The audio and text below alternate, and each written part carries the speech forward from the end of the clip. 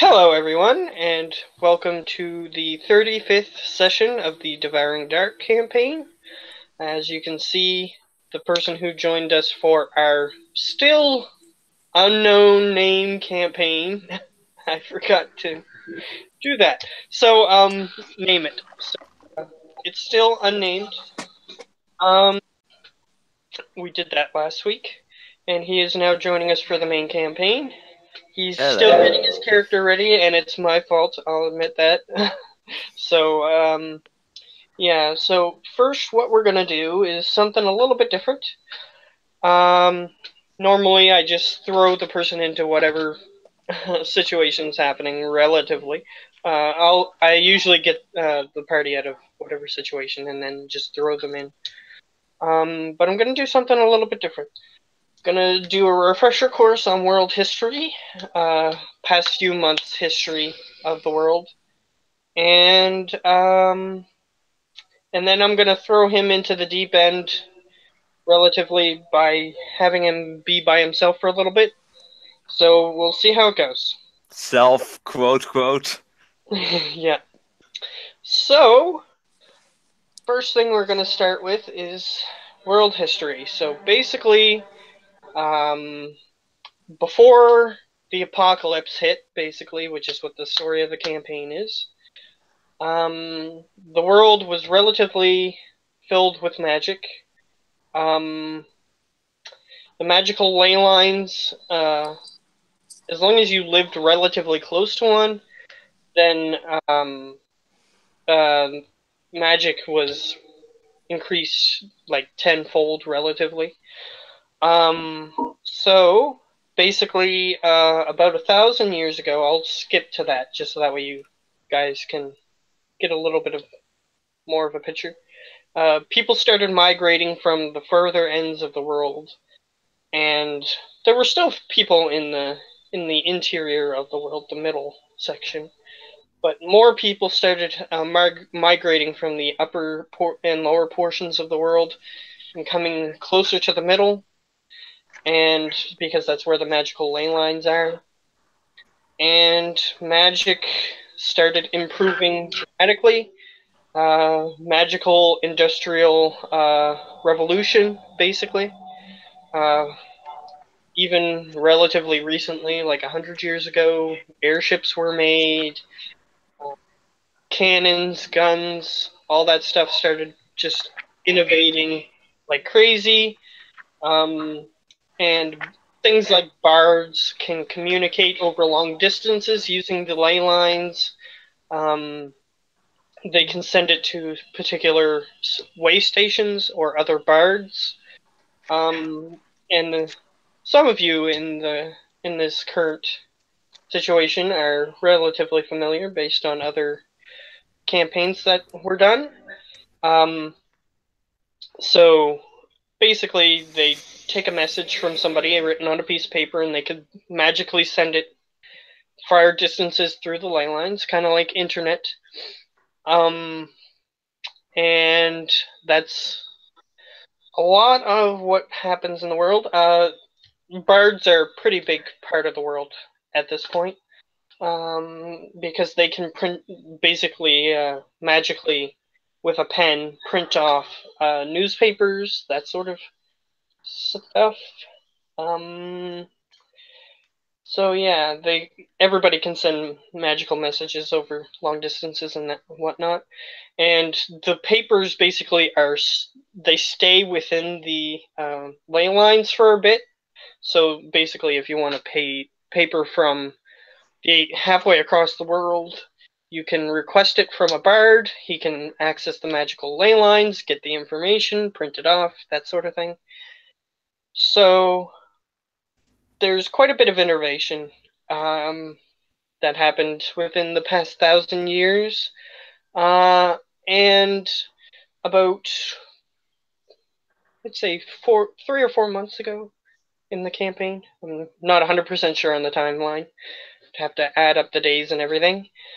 But a catastrophe happened in one of the main cities in the world. I'll throw up the world map. Share, screen share. This city here, where my mouse is, if everybody can see that. Yeah. This city here completely vanished from the face of the earth, basically. It was surrounded by a completely cylindrical shadow wall. Uh, Basically, you couldn't see through it, and you couldn't see above it or below it. It completely blocked out the city, and everyone was confused. People tried to access information from within the city using the magical ley lines, and all that came out were random characters of gobbledygook, kind of like a web page that's got messed up coding, just a bunch of text, wall of text that's just a bunch of gobbledygook. Doesn't make any sense. And after about 2 or 3 weeks, nobody knowing, everybody who tried to go into the city never returned. And about a day before that happened, there was a rush of extra planar creatures that were around the city, and suddenly it was just gone. Nobody knows what happened to it, and then eventually, like I said, 2 or 3 weeks after, the wall began expanding uncontrollably. There were people trying to examine it, and they were just completely swallowed. And it just began expanding out circularly, like radially, that sort of thing. Like it's just expanding outward in any direction. And it started engulfing everything around it. People trying to get away from it, but it was expanding relatively quickly within 5, 6 days, a week, 2 weeks maybe. You're not entirely sure. The entirety of the world was engulfed, pretty much, except for a small area up here, which is where the campaign began. And we'll switch off since the other two newer people don't really know what happened in this city. I'm not gonna, and plus, the third person doesn't really know what happened in the city. I'm not gonna go through that, so I'm not gonna waste time on that. So basically, I'm gonna switch to Giovanni's perspective. Whatever his character's name is. Not sure if he gave him a name yet. Didn't give it to me. Giovanni, does your character have a name? Yet. You are muted, or My somebody. bad. My bad. Alright. Just not yet done finishing the character. Just still busy with adding everything to it. Okay, fair enough. That's fine. So wherever your character is, actually, I'm gonna say that your character was. We did a little bit of background on him, and your character was traveling. Let's see. Where would he have been at the time? Let's see. So when this catastrophe began to happen, I'm gonna throw you here in the city of Aquinball. Basically, you were near the city. You weren't in the city because it's very hard to actually get into the city. The city is surrounded by a large hemispherical body of water that's just around the city. So it's sort of like a half orb sort of situation. And the water is just sort of in the air around the city. And the city is completely flooded within. People, merfolk, that sort of situation, they live there. But they do have outposts outside the city for land-dwelling folk. So you were around that area when you heard that this entire land mass was beginning to be engulfed by the shadow, I'll say that you were you heard about it about when it was about a day's distance out, and you could see it on the horizon just approaching you at an inhuman speed. What would your character have done? The madman in him would say, "Go investigate," but the more logical thinking would say, "Nope, getting the hell out of here." Okay, so which one wins out? The more logical one, cause survival. Alright, fair enough. So, I'll say that you begin to join the refugees.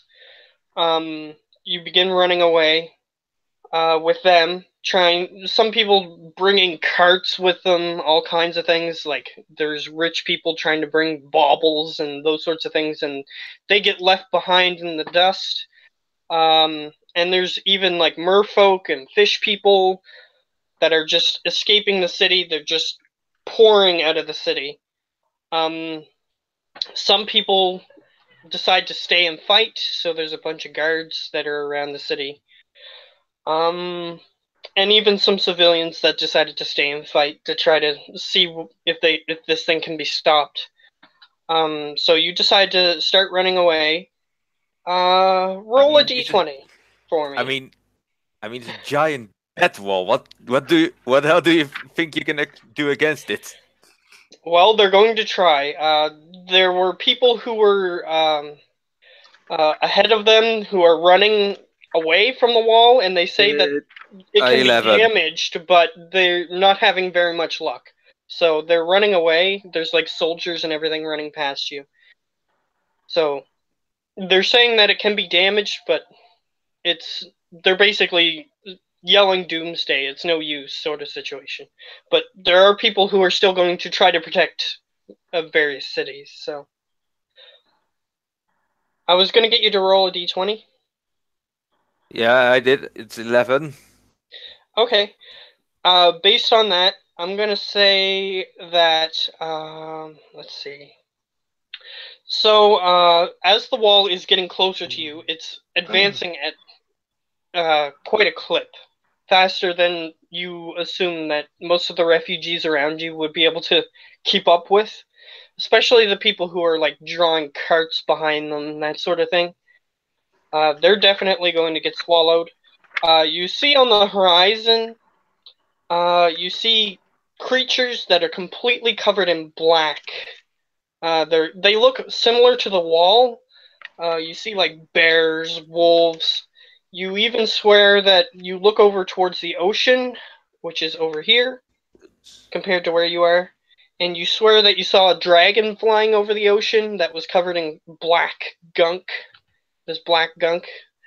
Um, and there's all kinds of creatures that are just stampeding this way. So,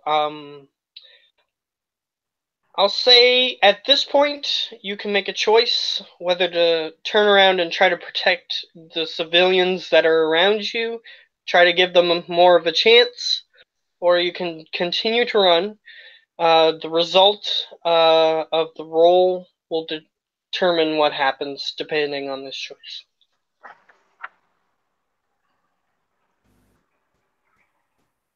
Okay, this is a tough spot, but I am going to trying to slow down this wall of impending doom.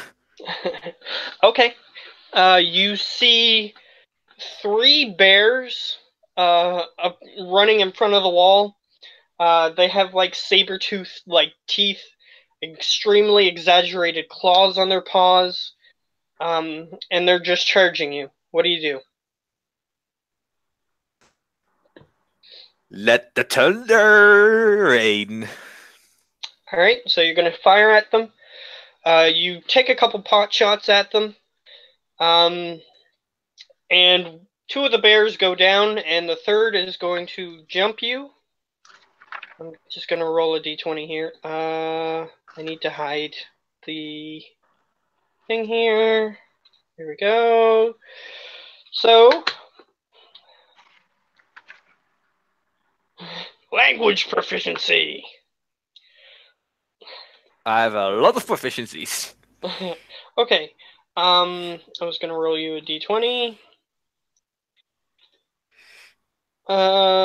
Okay. The bear leaps upon you and pins you to the ground. What do you do?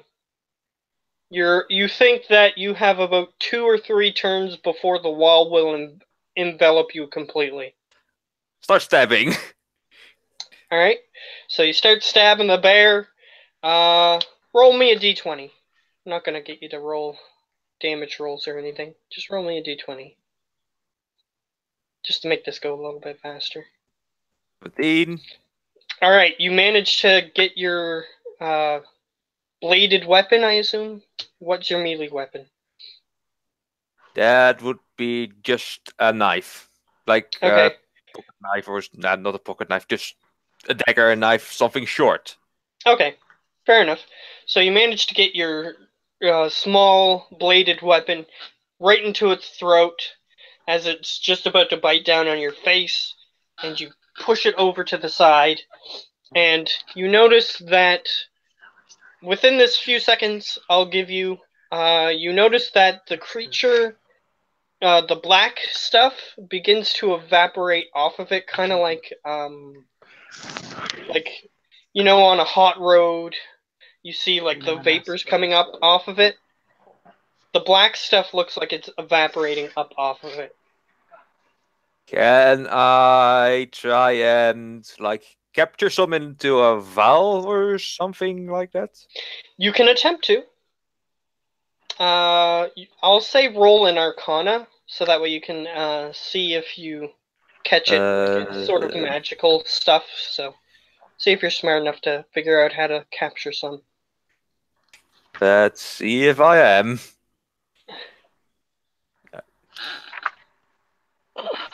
Eleven. Unfortunately, you take out a vial quickly and you swing it over the thing. It doesn't seem like it's staying inside. Ugh. I'll give you another turn. You feel like the wall is going to envelop you if you don't do something. Sprint away. Just sprint. All right. The wall is approaching towards you, and it seems eerie because it's not like making like an earthquake or moving the land up or anything. It's just gliding over it. And anything in its path just gets devoured, pretty much. It just goes underneath the wall itself. So it just looks like it's just moving, gliding naturally. So you're running. I'm gonna say that in order to make the story make sense, you unfortunately it moves a little bit too fast for you. You stumble on a rock, and you perceive blackness. Anything you want to try to do here?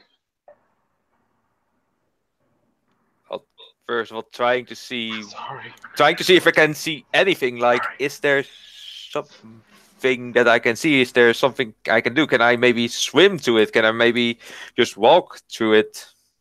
You see nothing. You can move. You feel like you're moving your head, but you don't see anything.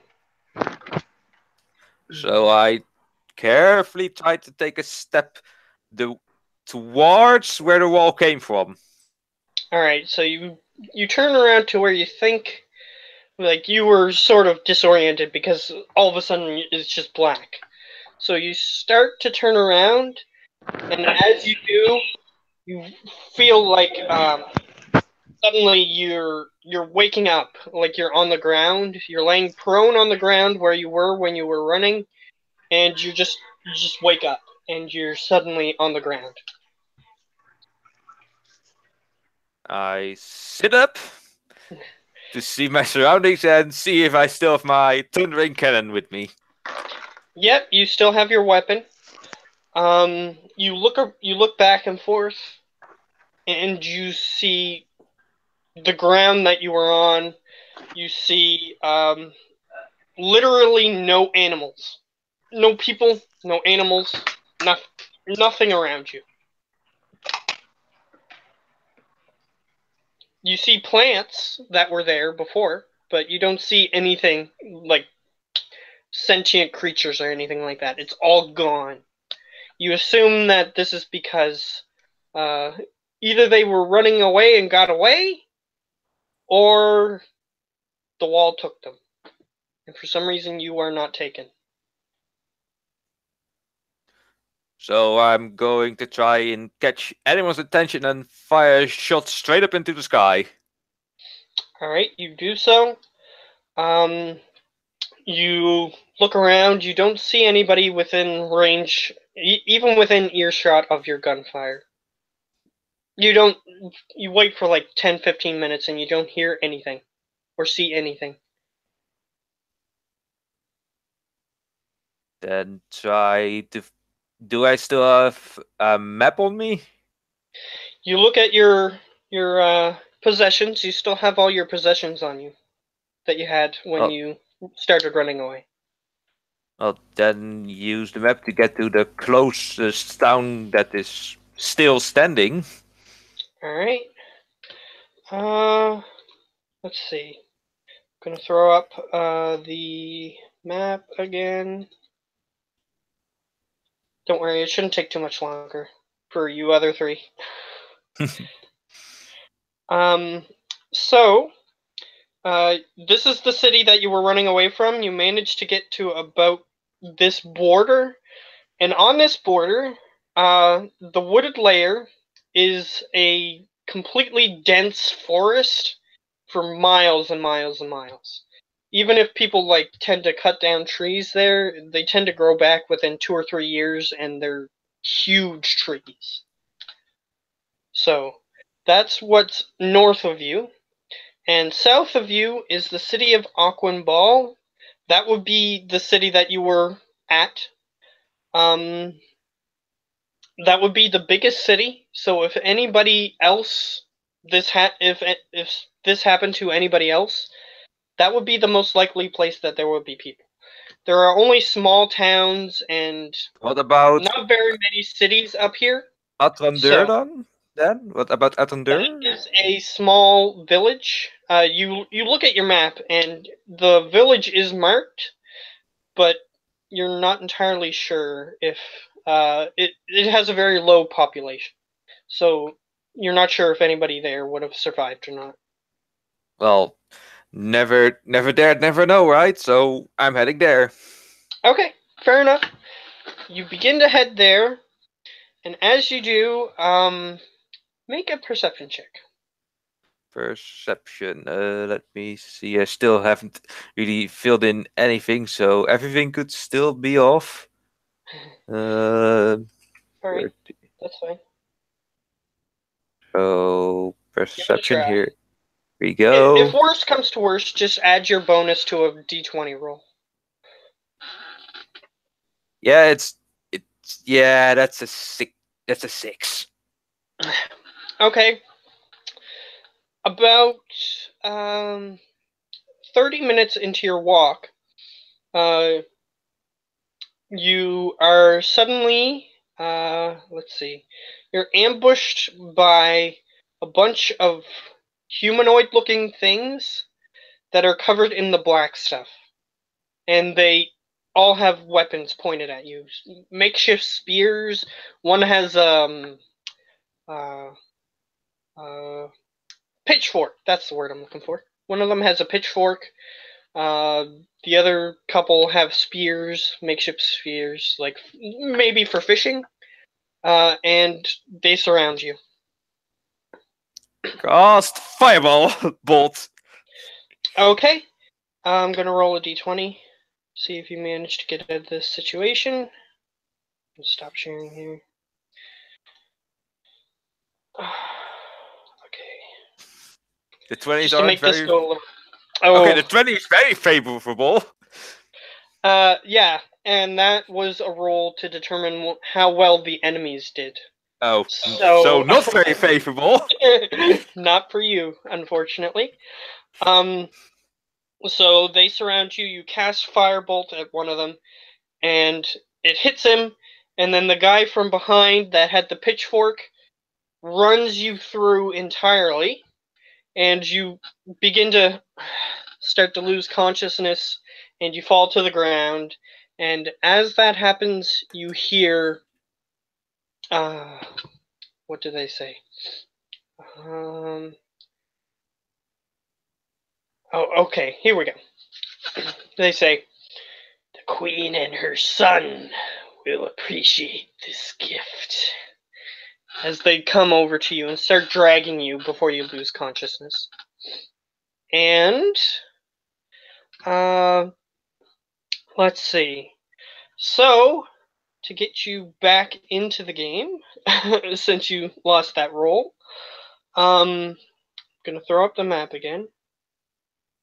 And some people here are going to enjoy this more than others. I'll see you next week, guys. You didn't die, fortunately for you. I wouldn't kill you that quickly. No, just joking that I just looked away, miles away from the party. Well, see you next week. All right. So, Just joking. you do awaken, but in an unexpected situation. You are, I need to look up something, actually, but I'll leave the map up for now. You are awaken as, you see standing over you, a human with I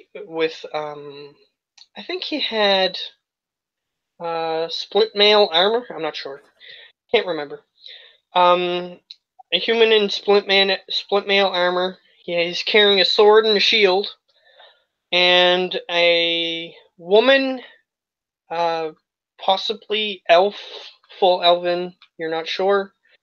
Standing over you. She has a fiddle on her back, and there's a couple of other people just looking down at you, confused. And you look around, I'll give this to you as well. You seem to be on a boat. So am I laying on my back? At the moment, yes, and they're just looking down at you. So I slowly Apparently put. waiting for you to recover, maybe, possibly, you're not sure. So I slowly put my hands to my chest and watch them and go like, "Hi." They look down at you. The man that is currently standing over you, he goes, I guess he recovered easily. I don't know why they tried to attack us. Doesn't make sense. And the woman says, forget about that. And she bends down to you, tries to help you sit up. I sit up with her assistants, All looking right. around. You are currently sitting on a So, ship of some sort. do you guys anything about the queen or something? Uh, uh, the man looks over at the woman, and he says, Queen, odd. Well, you Yeah, guys did come from the other side of the ocean, so well, yeah, the black goopy persons were saying something about a queen. uh, Couldn't catch it all, cause I yeah. was kind of stabbed. He looks down at you and he says, yeah, that seems to happen when you get converted. You don't Wait, really remember clearly. wait, He's just what? looking down at you. What? Converted? What? What? You were a shadow creature a moment ago. So, You tried to kill us. You don't remember, do you? mm, well, no, that might be the thing that I just think I might remember differently, but I don't know. Might be, but You're sitting on a boat in the middle. story, I You're in the guess. middle of the ocean, from your perspective. Yeah. So I guess sorry. He looks down at you and pats you on the shoulder. You're not the first one. And he looks over at the woman. And she sort of shrugs. So where are we heading? Well, currently, and he looks over towards a white dragonborn that is currently standing at the wheel of the ship. And he says, "What were we doing anyway?" And he says, "Not sure. Just wanted to test this thing out. We were about to if you wanted to join us."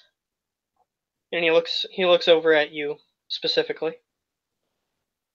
Well, I guess for now I'm still pretty unsure what the hell is going on, how the hell I get here, and most importantly, did I have something big that makes a lot of noise and is very expensive? And the man motions to your side, and your weapon is right beside you. Don't say I tried to use it against you. You're going to try to shoot him? No, no, no, no, no. Not. Okay, I I just misunderstood ask. what you said. No, I'm just asking if I tried to use it, but when I was a shadow creature, basically. He nods towards you. Well, seems like that's your specialty. So that's how they Yeah. work. So he offers a hand to you. So you say that seems to be my specialty? I take his hand and get up. Hmm. He smiles at you. Well, we all have a specialty, don't we? And he motions to the sword and shield on his back.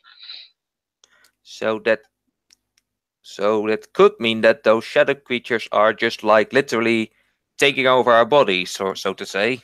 But how did you guys fix me? Because I don't Well, see any others around me. well, as my friend would say, we killed you, brought you back. He he sort of giggles a bit. More patchwork to do on myself. Well, that's how it works. You kill the creature, and the black stuff comes off of it, and it regains consciousness. I guess it works like that. You'll have to trust me for now. Yeah, yeah, not like I have lots of choice, but yeah, I will do. He motions to the dragonborn who is currently attempting to steer this ship, and he says, "So, we're gonna activate the crystals or what?" And he says, "Well, sure." And Before we do, are we sure they're stable enough right now after even after the fight that they are damaged? Just checking, not wanting to like yeah, blow up. he looks at you and he says, "Well, you were fighting with a strange sea creature. I guess you wouldn't remember. We just let that thing go a few minutes ago. So." Yeah, I mean, like, And he motions towards you see on the sides of the ship there are 2 or 4 sconces. Basically there's like a piece of wood that's built out and a piece of wood that's built up, and the sconces are set into the pieces of wood, and there are 4 crystals on top of each of the sconces, and you can make a check if you wish. what History kind of check. check? You can make a history check for the historical significance, or you can make an arcana check. Arcana it is. 20.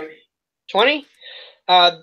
These are crystals of floating, which is what you would use if you were attempting to create an airship. Yeah, just checking. If those crystals are cracked, there might be some consequences that we won't like. And my gun might be able to actually crack one of those things. So just checking that I did miss you guys, but then hit that thing which might make some unpleasant things happen. Just He watching out for everybody. he looks at you and he says, Well, we've had a few people who had firearms in our party before. They're I don't know where they are at the moment, but you'll be fine. He sort of pats you on the shoulder. And he I bet says, it will, yeah. activate him! And the Dragonborn presses something next to him, and the crystals begin to glow, and the ship begins to float above the water. And he says, oh, it seems to be working. And you float up about 200 or 300 feet, I'll say, before it stops its ascension.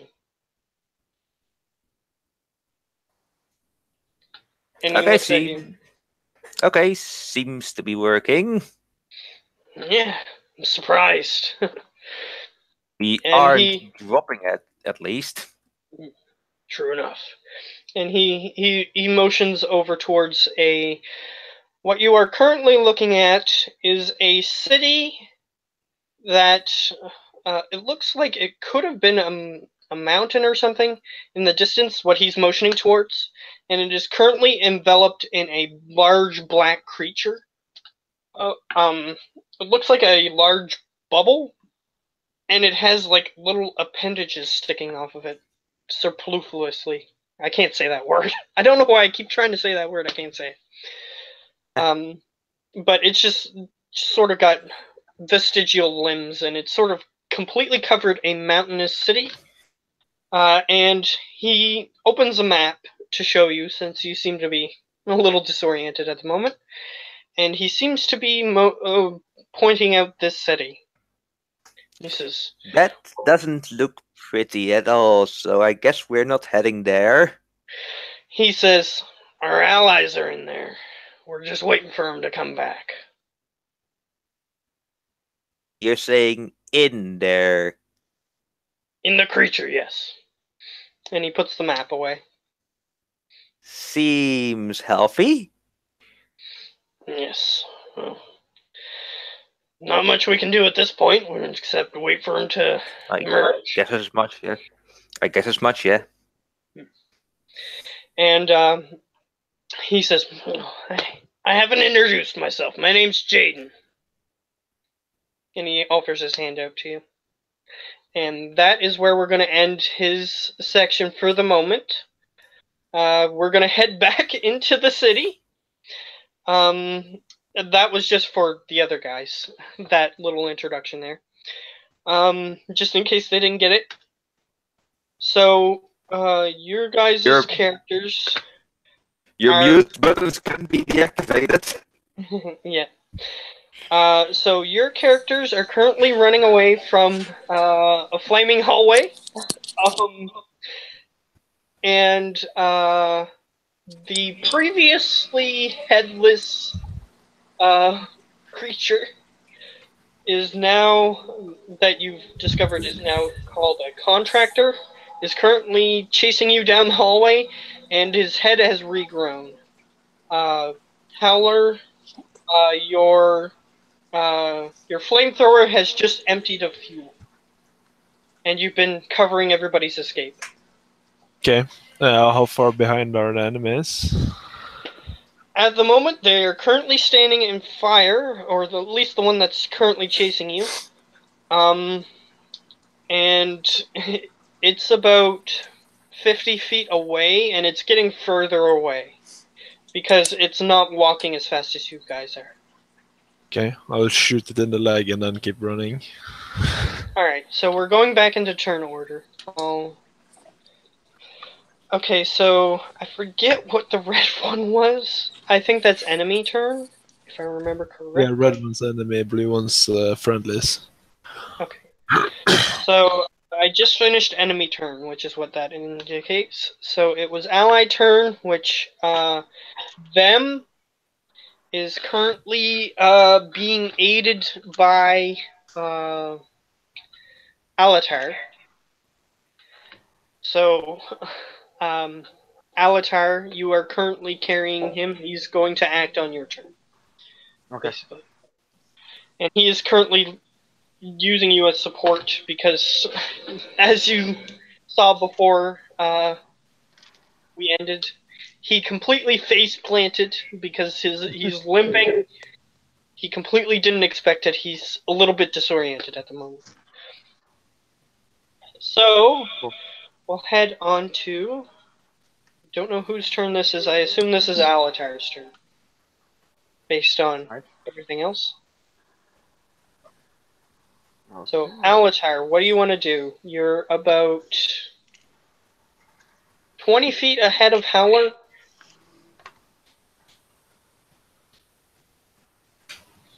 What do you want to do? I'm still carrying. You're moving at half speed. I will let you know that. Simply because you are carrying another person.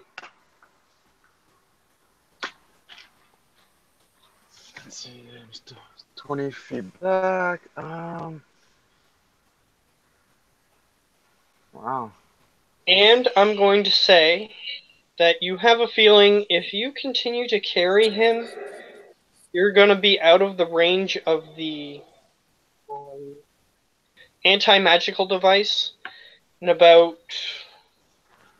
based on the speed of Howler, unless everybody else slows down and the creature will catch up, the creature will either get you in 3 turns if everybody slows down, or you'll be out of the range of the anti-magical device.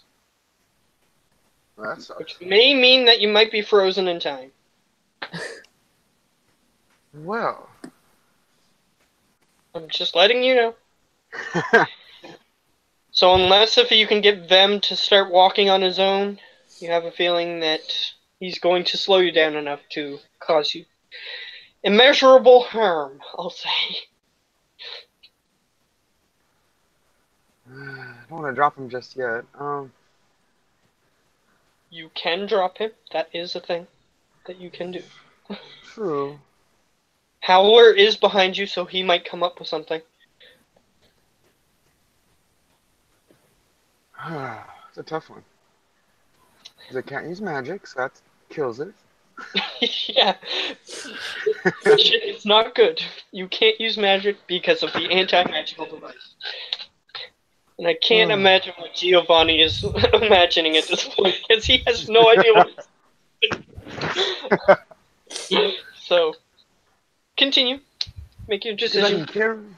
I'm just deciding because 20 feet behind me, guy trapped in flames. I wonder if I can use a crossbow. For carrying somebody. You can use a crossbow. It is single-hand, unless if you have a heavy crossbow. It's a light crossbow, so it's a single-handed one. Yeah, so you can use it, and I'll say that the rules state that you can reload it as well. But as I said, you won't be able to dash if you use a crossbow. So you won't even be able to move 30 feet if you use a crossbow. That's a tough. If you dash, you'll be moving at their speed. But if you don't, then you're moving slowly. So it's up to you. Try one time with crossbow. Shooting the crossbow? Yeah, see what we got. Alright. Roll your crossbow attack. Which should be fixed because Ben took a little bit of his time to fix it. So, 21. Are you aiming for the flaming guy who used to have no head? Yes. Okay. I just wanted to make sure. So that definitely hits him. So you can click light crossbow to in the chat. There you go. 6 damage. I'll keep that in mind. 6. Okay. Anything else you want to do on your turn? Other than move.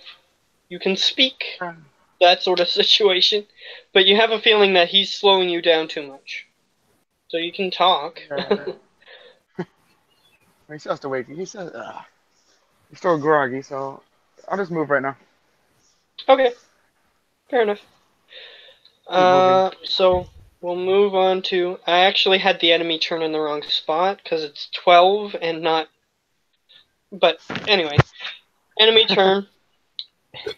He says, the previously headless man is now speaking. Vrem, you can save them a lot of heartache if you come with me. Can I have a reaction for this? Sure, I'll say that you can talk to him. I tried to Or- pull out the head of the contractor and say, "Them, you can save us a lot of trouble if you come with me," in a sarcastic tone back to him. Okay, I'll say that you can do that. He doesn't have a chance to react at all. Does after you do is that. his head able to be pulled out of the bag? Yes, you actually pull out a completely separate head out of the bag. I use it as a puppet and I say the same words back to him then. Okay. Fair enough. That was his turn, and he moved closer. So, Howler, you can look back, and you can plainly see that Them is slowing him down. I'll consult with the contractor. Well, either way, what do you want to do? Hmm.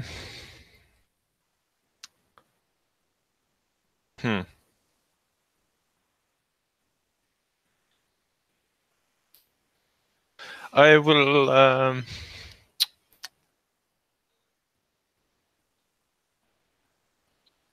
You did hear the thing say that if Vem is tossed to him, he'll stop attacking for the moment.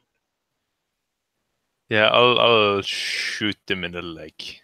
Okay, fair Try to enough. slow him down. Okay, fair enough. Roll to attack. 13. 13 misses.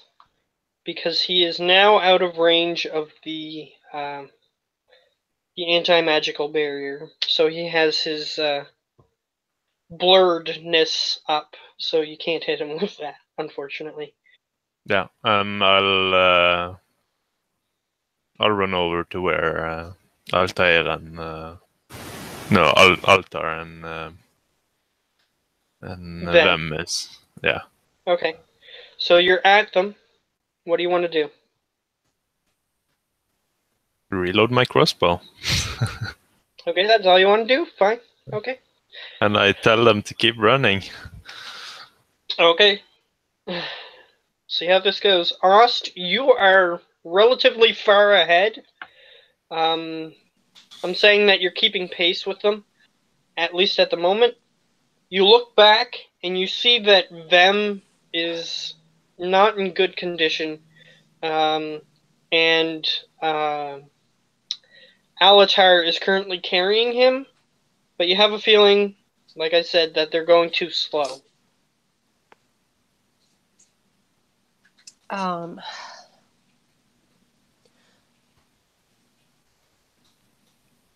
Crud. Can't think of anything good to do other than to keep moving. You can speak. That is always an option. I mean, we could always just make it fall asleep again.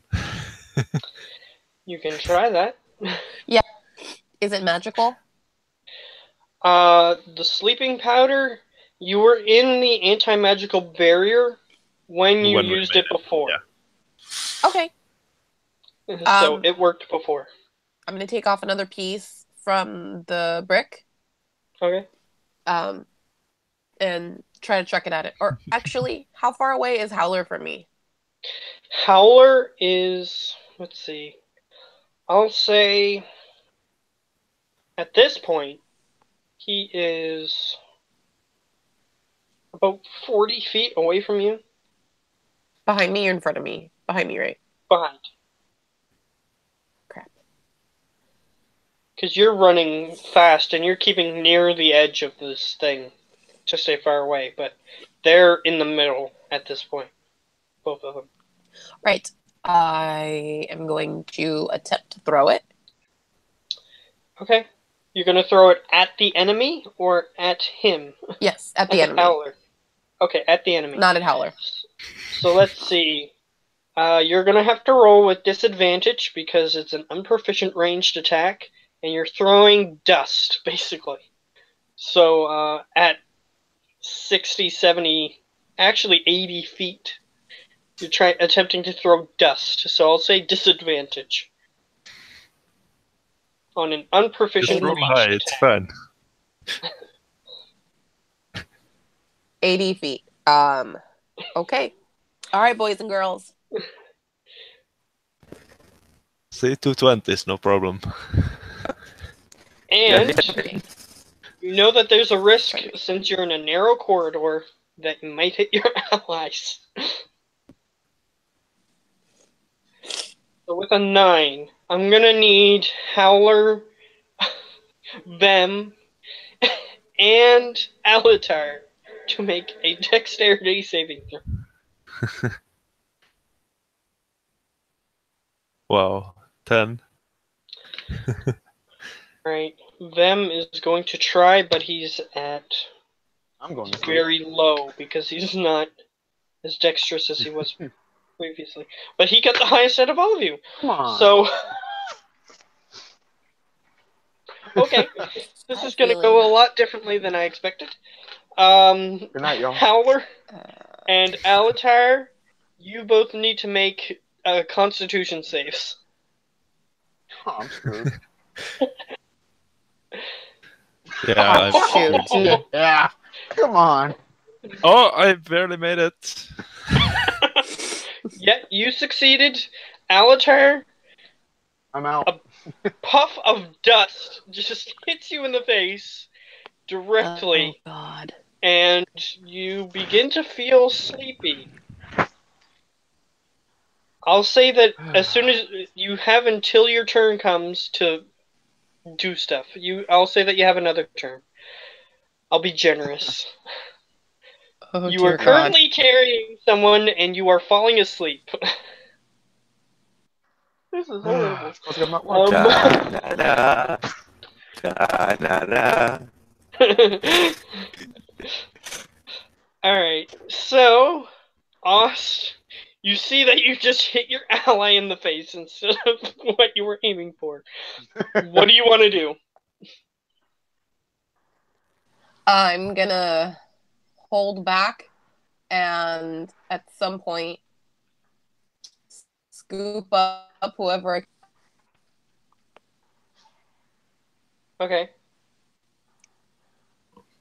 Yeah. so who do you want to scoop up? You have a guy who's about to fall asleep, and you have a guy who is severely injured. I know. Yeah, Alatar, thanks. what race are you again? He's a half-elf. Half elf. Oh, praise Odin. Okay. I will try to get both of them. Okay. So you try to get one on one shoulder, one on the other? Yeah. Okay, I'll say that you can do that with your bonus action, but you can't move anymore. Fair. Okay. So, ally turn. Them. You skipped me, I think. Did I skip you? No. It's just been a while. Okay. I forget So- I had 10 because it's so Yeah. low. Yeah, you're super low. So 25 is ally's turn. Them is just still Do we still have disoriented. the 2 guards there? Or the 2 thugs or assassins? They are frozen in the hallway because you guys ran away. Oh. So you don't know what happened to them. Because they ran out of the room into the hallway to attack enemies that were coming down the hallway. And they got frozen in time. So they are back there. And Vem is the only other ally, so he is just completely dazed, and he actually, let me see. Let me roll something here.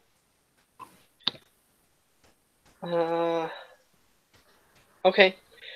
He manages to squeak out to Ost. He says, "Let me go."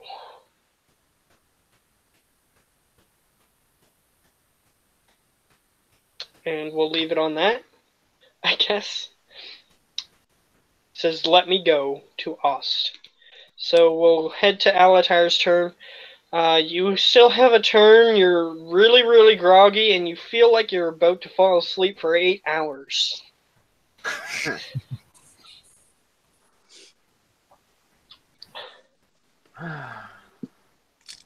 So I'll give you this turn. You are currently being carried. Wow. There's not much I can do. You can just fall asleep if you wish. I'll allow it if you want to do that. I just figured I'd give you this turn just in case something else didn't happen to save you.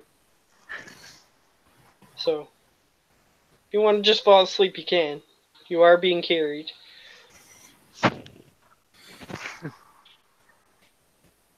Why not? Okay.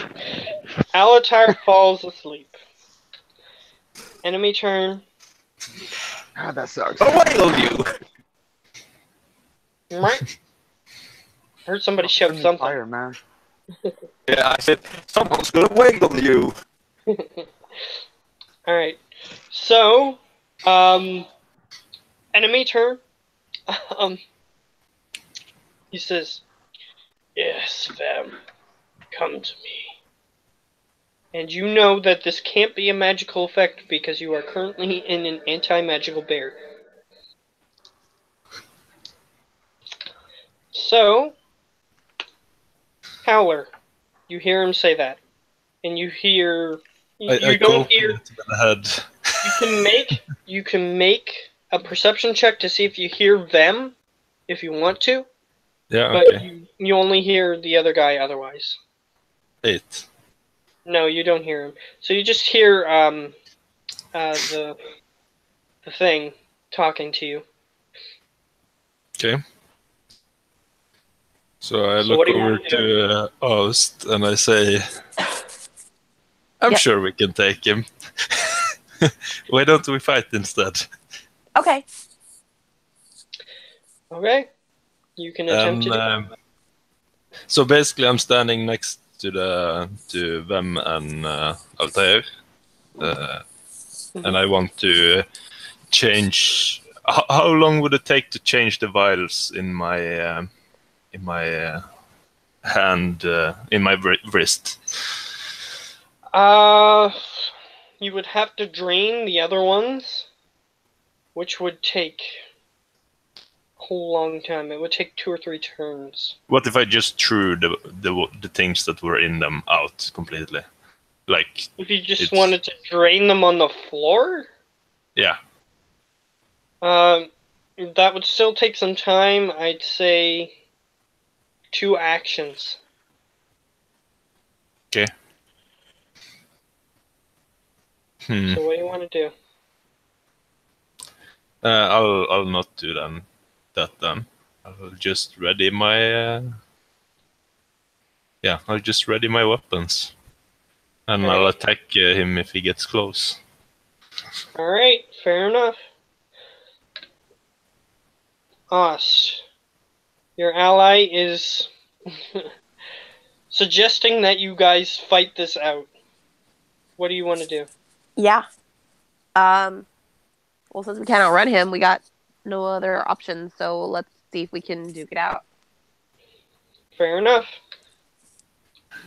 The Again. contractor agrees. Yes, he does. My contractor. They both agree. So, I hear death coming! this time, Vem is gonna say it louder, and he's gonna say, "Let me go." Live to fight another day. And this time, Howler, you hear it. Aren't you supposed to be sleeping already? No, just this way. He just leaves you with that. He's not going to say anything else.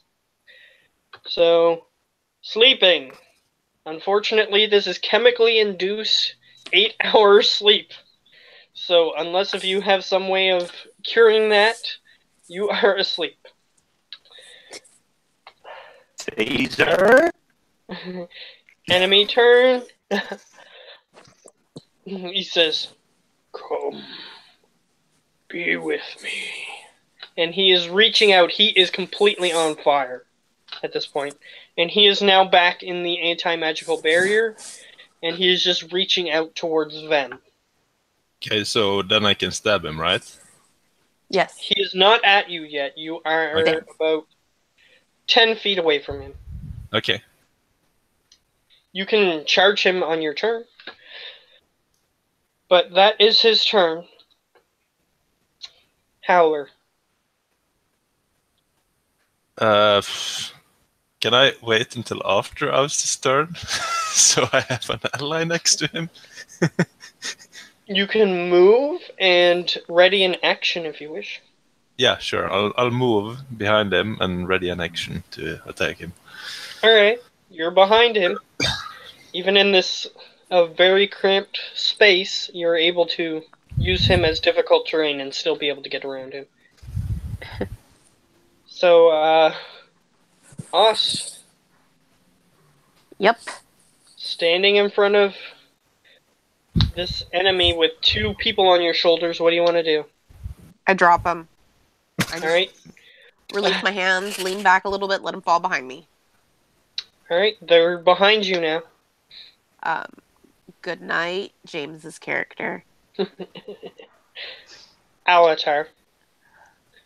Yes, Alatar. So what are you gonna do? I can't really think of spells. You can't. I'm gonna grab my mace and do mace things. Macy Mace. Your mace is still broken, it seems. Yeah, apologies. Strength plus proficiency. Apparently the Mace has some properties we didn't know about. Where is it? That's gonna be +5. I thought I had fixed it. I'll have to get your sheet to Ben or Geo some point. I'm assuming I hit. Yes, you do hit him. And I'll get to your reactive action in a second there. Yeah. A mace is a D6 or a D8? What is a mace? Her A mace is D6. completely Maces broken. are D6. That happened. Thank you. Maze. Boom, Ever kids. broken Full damage. mace. D6 of bludgeoning. Wow. Yeah, it's bludgeoning damage. Okay, and I believe I have a second attack. Yes, you do. I'm gonna attempt to hit him again. 8. 14 misses, even Bummer. in his non-blurred state. Alright, even on fire, he seems to be trying to reach around you, and he just ducks under your mace attack. Alright, so Howler, make your attacks. 26 and 13. 26 hits. Yeah, the 26 has Nightshade in it. Alright. I'll make his con save. He is not very constituted. He is more than usual. He made So it he takes 8 poison damage, and yeah, the rest piercing, the left numbers. plus 8 plus the left numbers you said? Yeah, left one. 10 plus 18. He's still up. Alright. And I've been keeping track of fire stuff, so he's still up. So, Ost, you can continue your turn if you have anything else. Bonus action, maybe? I don't know. Whatever what your character has. Everything I have would be a spell. Okay, so you can't do that. Okay, ally turn. Vem is going to do something that you might not want him to do. He is, since you sat him down, he is going to charge out the other side of the bubble of anti-magicness. Let's see if he can. I need him to make a dex save, which he only has 4 at the moment. He unfortunately does not do it. So he gets about 30 feet, and he stumbles again, so he's going to have to take another turn in order to get out. So Alatar is asleep. Enemy turn. He is going to attempt to push past you, and he is currently on fire. So I need you to make a dexterity saving throw for the fire. Ost, he's trying to get past you.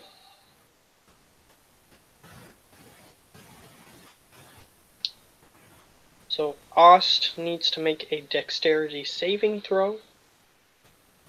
I think we lost someone. No, we didn't. A d6 plus 1 is what I got here. There we go.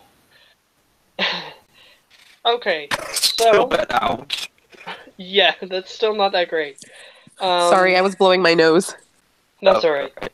Don't worry about it. So you are currently on fire Oh, gosh. as he grapples you and puts you on fire and then releases you Yeah, awesome. and continues past you. Like he grappled you to put you behind him and then continues on. So you are currently on fire. Yeah, great. Alright, so that would be what's regular fire on fire damage? I think it's D4 each turn. I'm gonna die. Don't be Alright. ridiculous. What's your health? Right now, 39. Okay. It's fine. Okay. It's fine. We have plenty of health. And Howler, the bad guy is now on the No, other no, side. no. You would get an Attacks of opportunity attack. opportunity. Oz would get an opportunity attack. And so And would let's Howler. see if I can paralyze him with my grell poison. 24. Alright, 24 hits. And a con save, 11. Con save of 11. Well, he has...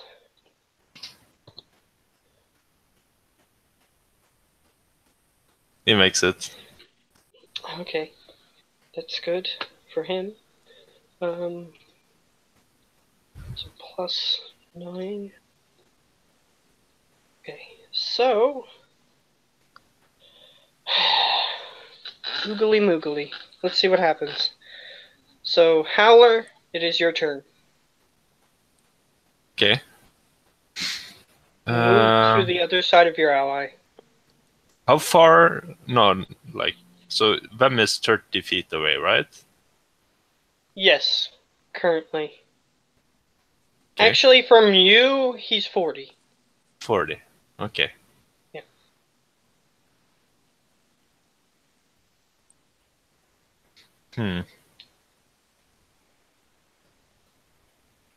But no, I'll go for the contractor, maybe.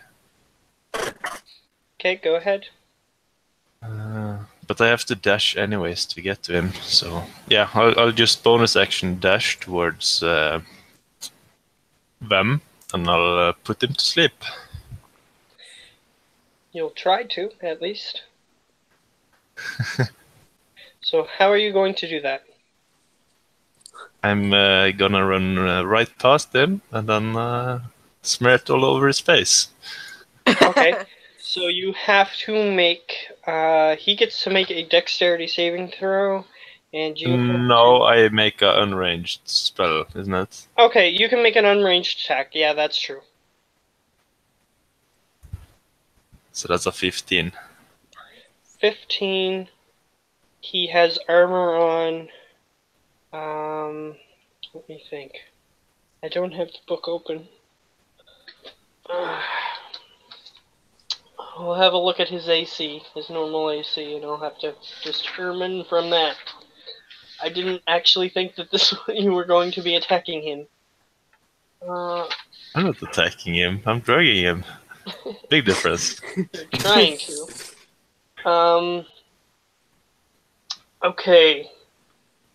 So, let's see. His normal AC is 17, and I lowered his dexterity by 2. Then it barely hits. Yeah, it would just barely hit. So, alright. That's how it's gonna go down. He gets hit in the face. And then I tell him either you help fight or you go to sleep. Says, I just wanted to help. And he falls over asleep.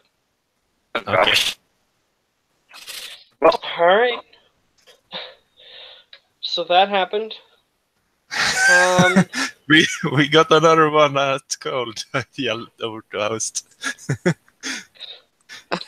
And the contractor says, 2 more to go. The one I'm carrying, because I'm carrying the head of one of them. Can you make it talk again? Yeah. You're all level 6, right? 7. Yeah, you're level 7. I don't know if I told you that or not. But anyway, Ost, your turn. Okay, where was the guy who I was carrying who was not asleep? I don't remember his name. Them? Yeah. V-E-M? Sure. Them? Where is? He's now, you have an enemy in front of you. Right. And you have, about space of 30 feet between you and them at this point. But know that in order to crawl over an enemy, it's difficult terrain. You are still currently on fire, so you have to roll a d4 and take that in damage. And now you get to attack. Or whatever it is you want to do. Okay. I'm gonna die.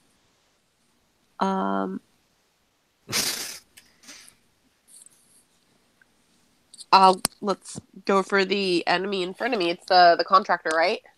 Yep. He's right in front of you.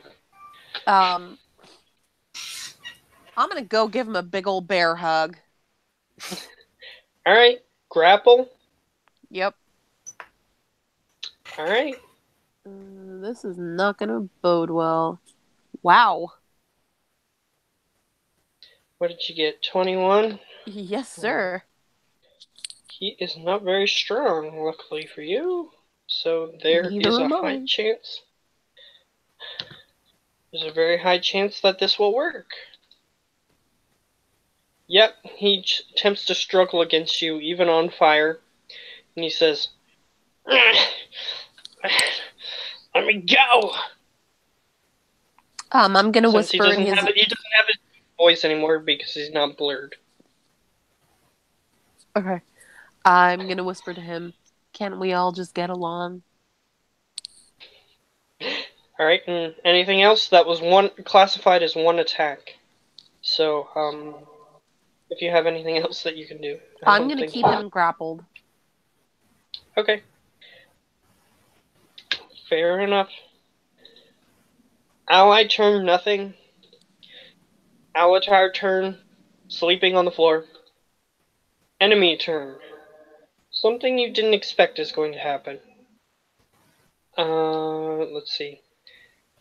You hear in the office area the sound of seems as though they got wise to what's happening in the hallway or in this sewer channel sort of area that you're in.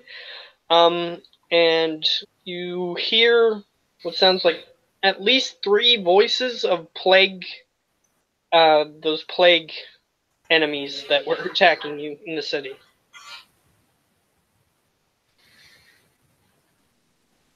We're gonna die. And the contractor says, should have just let me have it.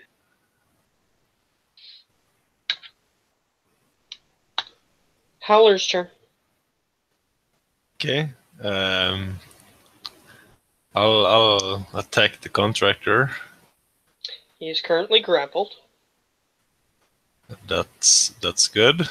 I'll attack him even if he's grappled. He's grappled, which means you gain all the benefits from the enemy being grappled. Guys, can I intersect here for a moment? Sure. I think it's just. I'd be right back. That's all. Sure. All right. Sorry about the wait. We'll get there. I'm hoping we can get there. Yeah. Nope. No problem. Yeah. I'll just attack him normally. Fair enough.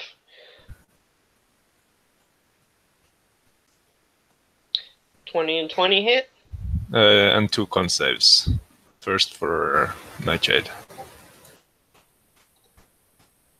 8, 5. So first for Nightshade. Yeah, that succeeds. Second. That one succeeds. So it's half damage of this. Yeah, roll your Nightshade. It's half of that, and it's the sneak attack as well. So 5 plus 10 and 10. yeah, Which is 36 20. total. And the 11 Yeah, that's the sneak attack. plus 11. Okay. He is still up. And he looks back at you and says, just let me have him. What are you offering? That's Your not a fair life. trade to just let you have him. Your But life. I'm already alive though, so. Not for long. And that'll be the end of that for now. The quipping. Ost, you are bear hugging a flaming man, and you are currently on fire.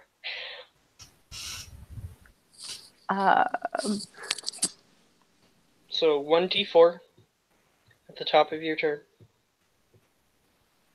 Let me roll my. I don't know why it's not rolling. If you need me to, I can do it. Well, Oh, you just rolled a whole bunch. So we're going to Yeah, take I the thought that was first gonna one, which unfortunately is the worst one for you. So you take 4 damage, 4 fire damage. What do you want to do? Okay. He's still on fire, correct? Yes, he is still on fire. He hasn't attempted to put himself out for some reason. Attack him. Okay. You have him grappled, so you can do a grappled attack. It's just a normal attack. I'm just flavoring it up. 12. No.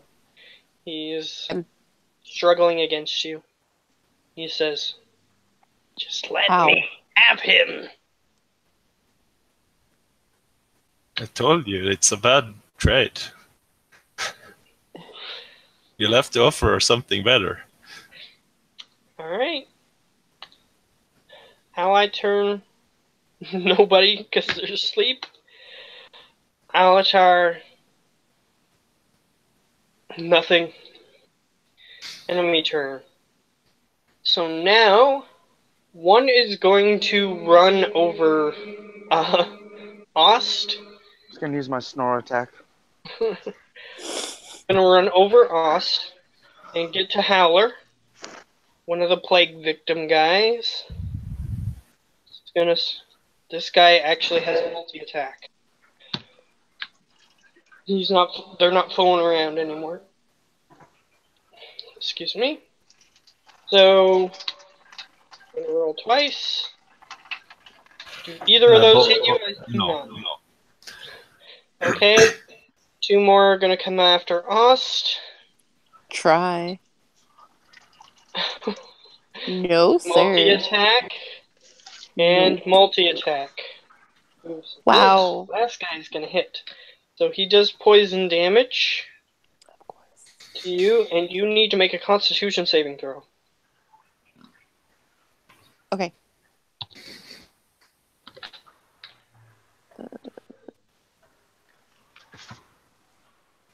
Bummer. No. You begin to feel like you're infected with a disease, like before. Oh, shoot. And you take 15 poison damage. You are not in a good state. That's Okay. from the first attack. So the second attack, you can roll another con save if you want, but you don't have to. You already have the disease. So, 19 damage. Oh, that's bad. I'm down. As you just start drinking poison from its projectile vomit into your face. Why, Matt? Why? Well, this wasn't going anywhere, so I decided to... I'm down. decided to speed things up. Alright, so... Howler. And as the grapple is released, it turns to you, the contractor, and says, "You really should have just gave them to me." As he begins to walk forward to you and attempts to grapple you. Okay, he can attempt to.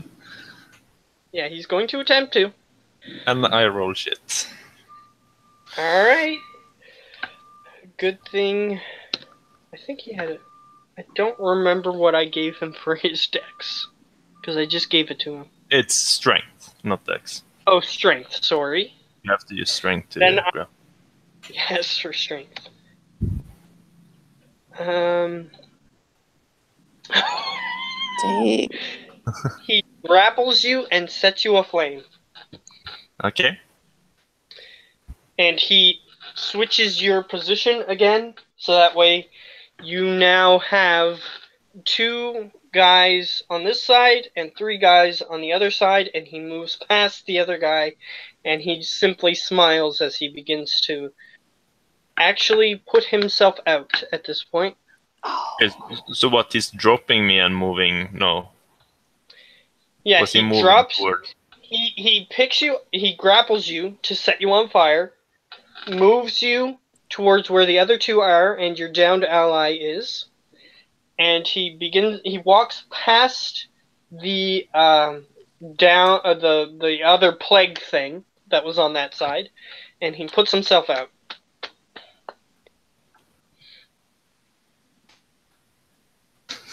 So Okay, and then it's my turn, right? yes, it is your turn. What do you wish to do? Disengage with You my can bonus do action. that. And are you the one who is currently carrying the anti-magical device? Yes. I don't know if you guys decided that, but I think you did. Yeah, because I don't use magic. Okay. So you have the anti-magical device in your hands. What are you going to do?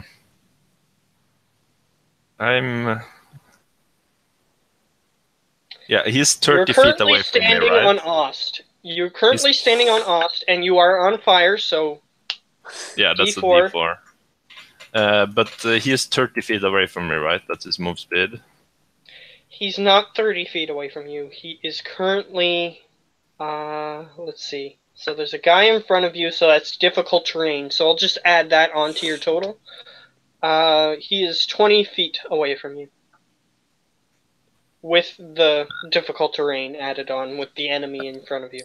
The difficult terrain, is that a medium creature? Because then it's not difficult terrain for halflings. Correct. So then it's 15. Nice. So I want to walk up 10 feet in front of him, because he's also a medium creature or larger, I assume. He is, let me see. Yeah, he's a medium creature, I'll say. Yeah, so I can move straight past him, and I would like to renegotiate the terms, I'll say him, with the head. Like the head is opening when I'm speaking. Okay, fair enough. Go ahead. What does he say? What does Howard say? No, basically the contractor is saying I would like to renegotiate the terms. Ah, okay. He simply smiles at you. No longer on fire. Yeah. Okay, and then I have my action too, so I can throw sleep dust on him. You can attempt to do that, yes. With an unproficient ranged attack. Unless you are proficient in dust throwing. Which I don't think you I'm are. about to be. I have done it. Yeah, you've done it so many times, you might be, eventually. Unfortunately, that does not hit him. As he just sort of moves his head to the side.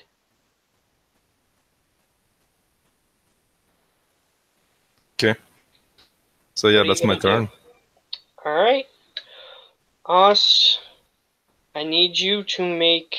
you are no longer on fire for some reason. Yep. And I'll need you to make a death Yep. saving throw.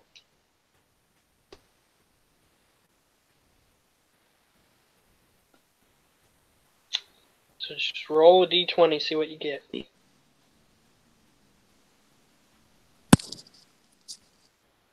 Lagging out. Oh, you're lagging out. Yeah, Okay, I can that's hear you now. understandable. Yeah, you're lagging out a little bit. Okay, can you say that one more time, please? Oh, okay. I didn't know that you didn't hear me. Okay, I need you to make a death saving throw.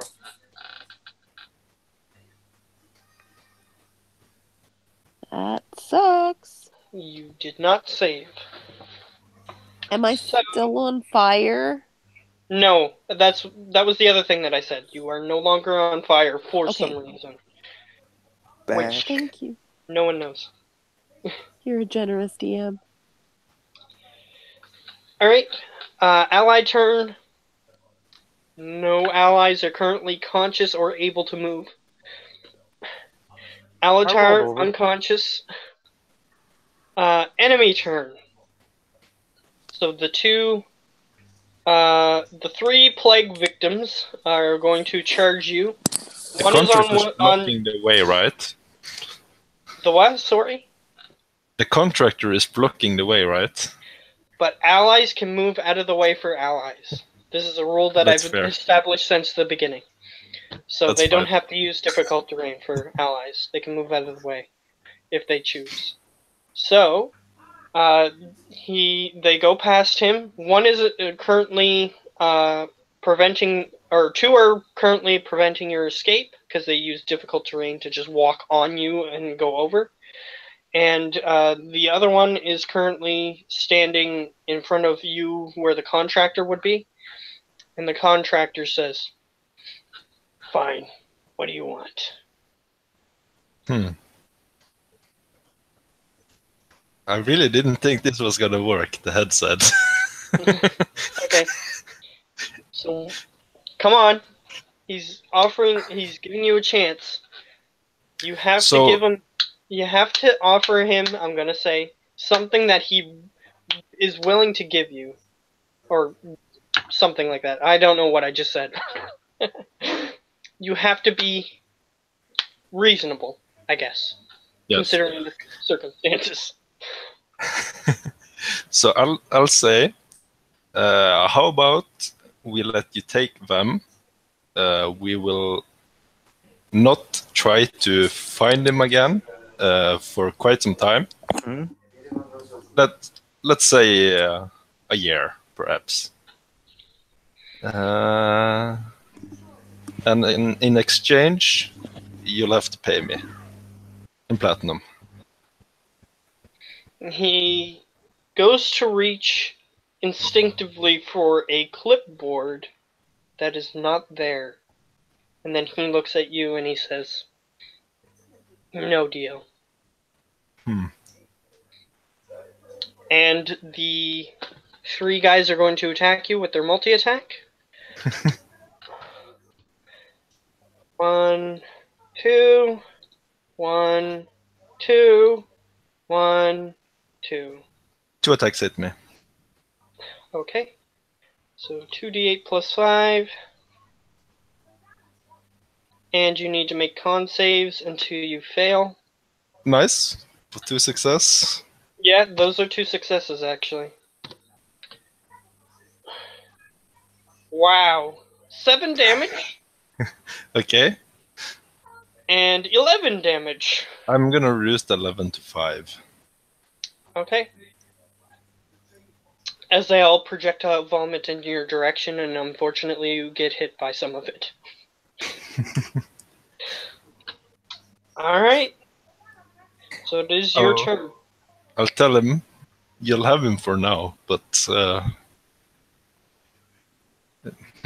actually, no. I'll just shove his head back into the bag of holding. I'll disengage and I'll run for the exit. I can move 50 feet. Okay. You begin to run.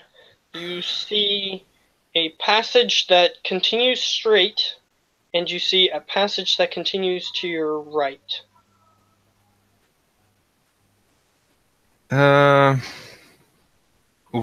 This is like the sewers. Yes.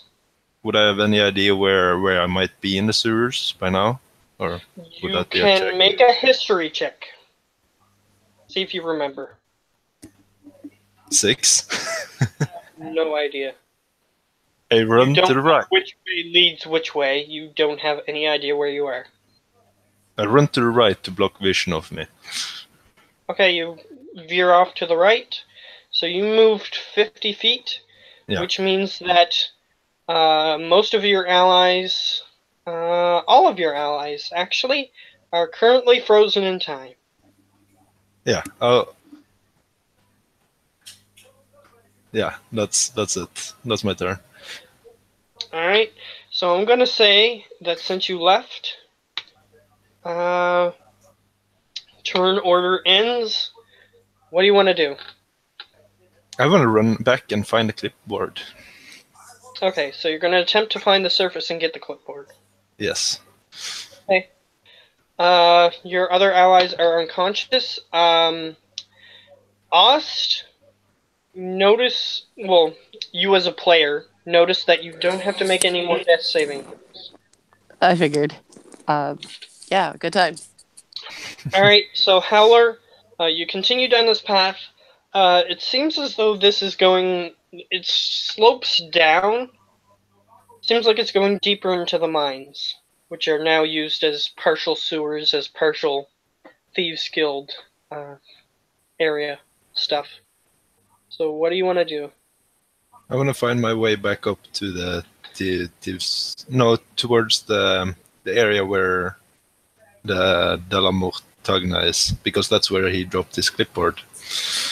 Yeah, towards where the bar is, which is where the clipboard was dropped. So you begin heading through the tunnels. I'll say that you go for another 20 minutes, and you seem to have gone down more than you've gone up. And you are now at another fork. This time, 3 directional in front of you. Now that I've been running for quite some time, would I have a better idea where I am? Make one more history check. See if you remember. No. You're not sure. I look for the mark, the thieves can't mark or something. Okay, you look for a thieves' camp mark. Investigation.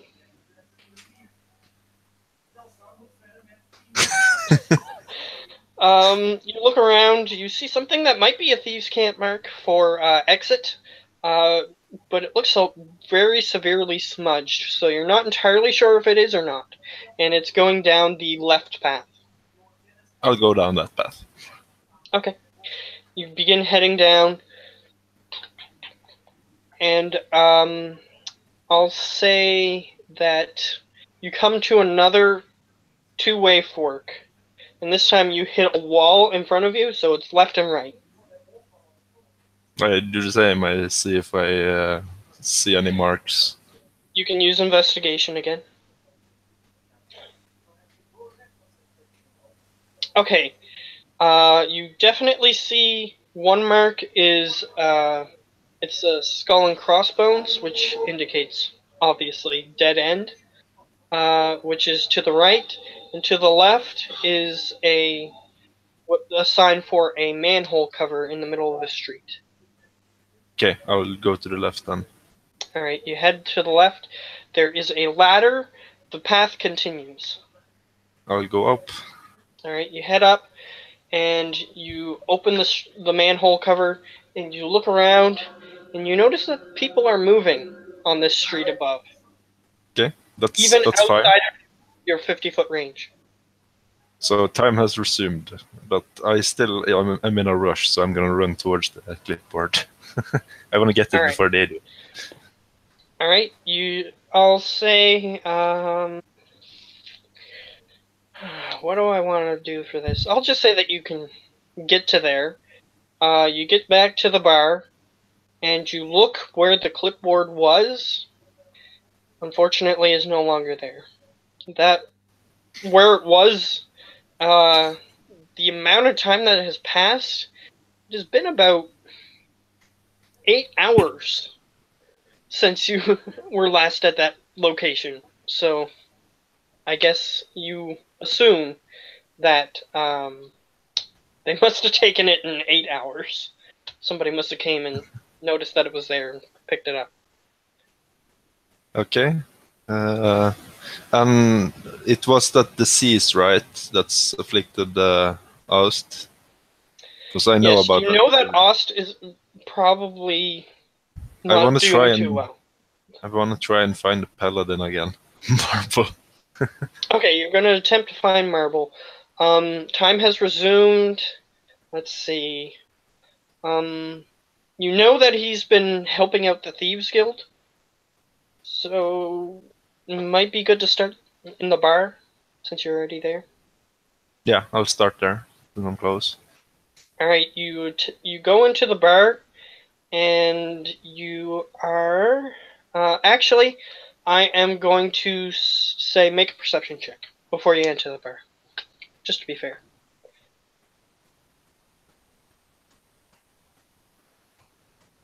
Alright, with a 15, you see that it's sort of like one of those saloon-style doors. You see on the other side of the black interior, it's more dark inside than it is out where you are currently.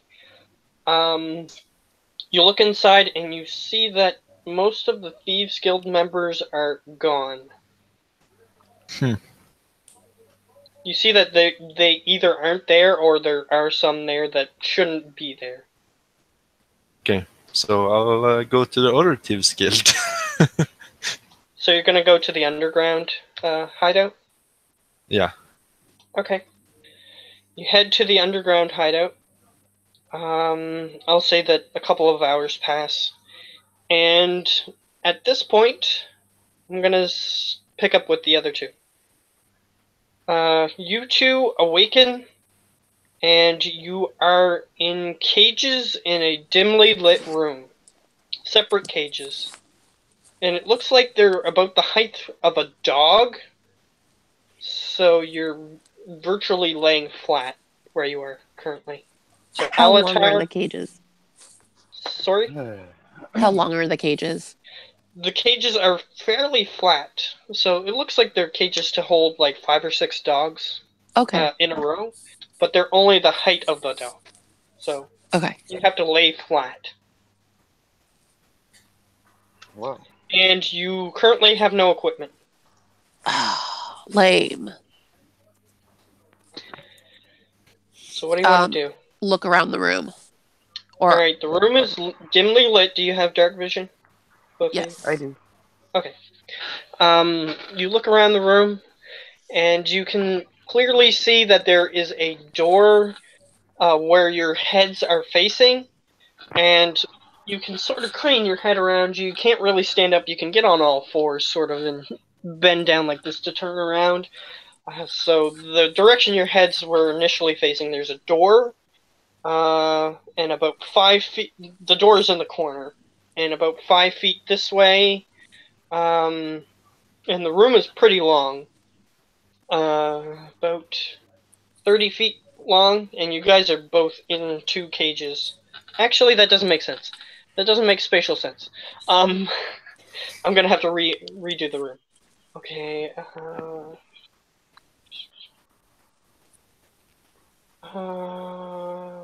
I'll say 30 feet. That makes more spatial sense. Because it's 6 dogs long and 5 feet. That doesn't make sense. So yeah.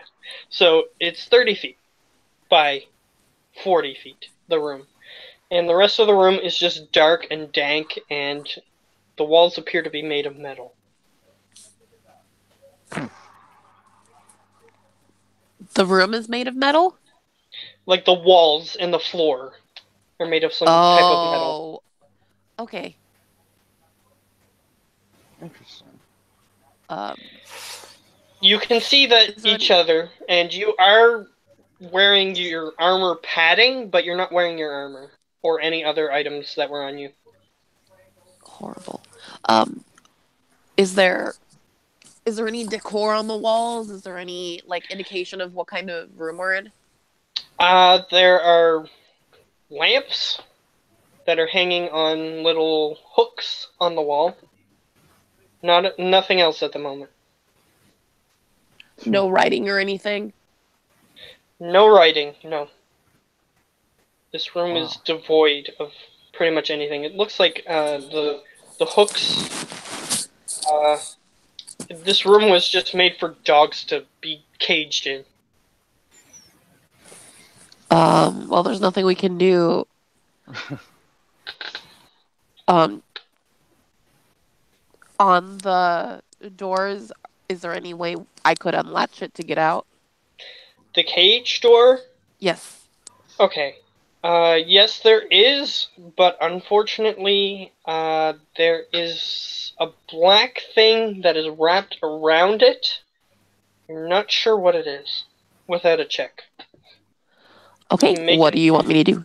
You can make an investigation check that will give you certain information. You can make an arcana check, history check, depends on what type of information you want. Okay, first I'm going to do perception just to look at it. Alright. And then I will do arcana. Okay. It's a black thing. Awesome. Arcana. 20. Seems like it's enchanted. Whatever it is. And it's around where you would open the latch to get the door open.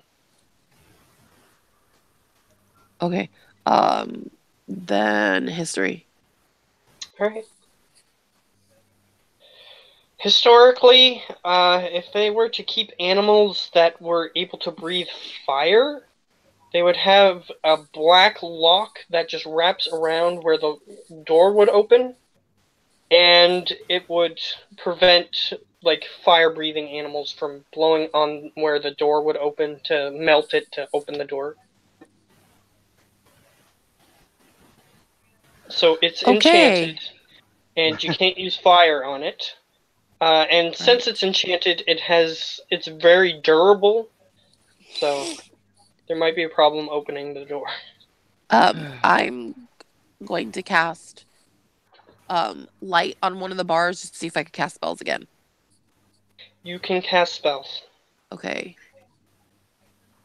Luckily enough, you have like your little symbol too, so you can cast spells with it. Yeah. All right, Alatar. I mean, is there anything your character would be doing?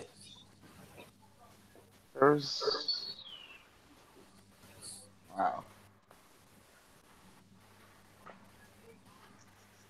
There's not much to do. True, but is there anything he would think to do logically, or whatever his character's sense of whatever he would do if he was locked in a cage? I can think of a few things if you need some help. Yeah, I need a little help, yeah. You are a warlock who has a patron. That is true. That's the biggest hint I could ever give you.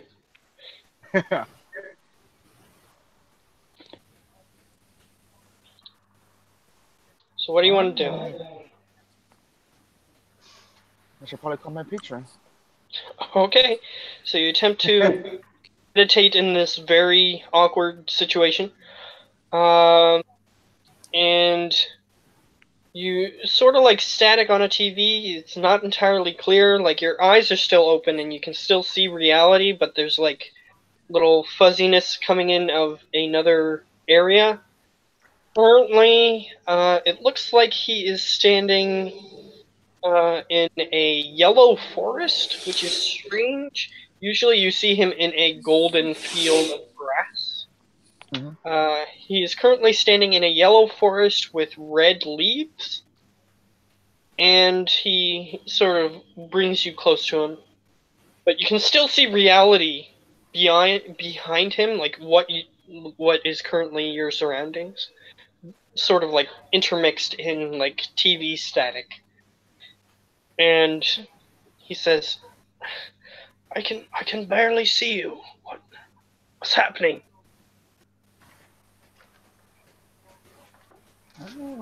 I woke up in a little cage in a dark room made of metal. That would be why you're being blocked. I was just looking for one of my friends.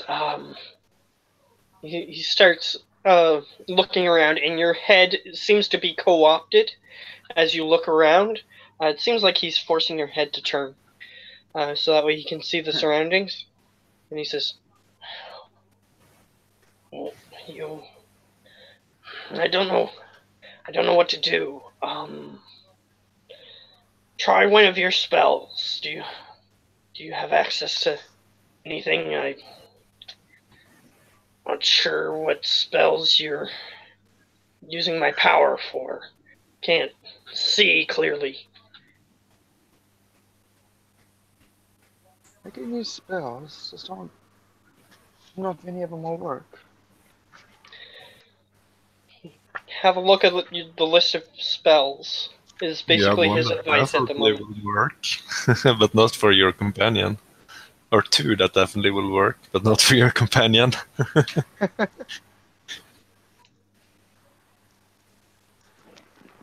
So any ideas?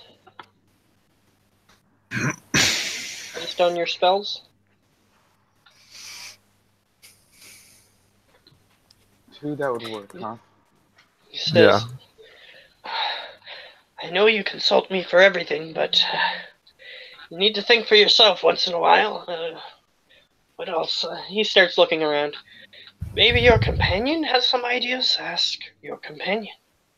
To do that. Otherwise, I am a little busy. I'm looking for one of my friends. Okay. Sorry if I wasn't much help. No, you're fine. I'll figure this out. I got this. He nods, and the sort of static just completely dissipates, which is kind of strange. and the communication is severed. So what do you two want to do?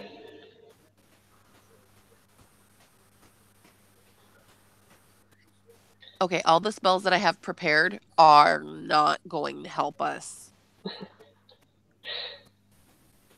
All right. Unless you want me to try to sacred flame the living daylights out of this.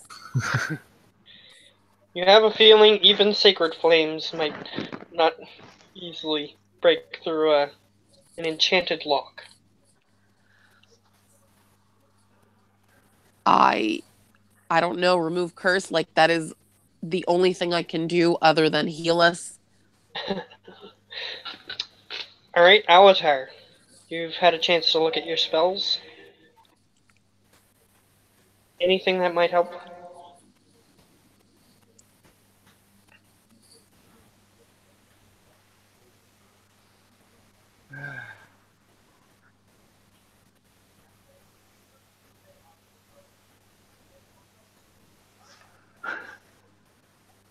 Have you looked at Blink?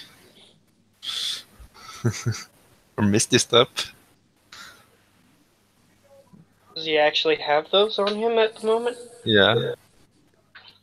Well, those could help him. James, you can Misty step out of here. I can Misty Step out of there, yes. I just saw that. You I can just saw do that. that. And I will do, yeah, Misty Step. That works. Sure.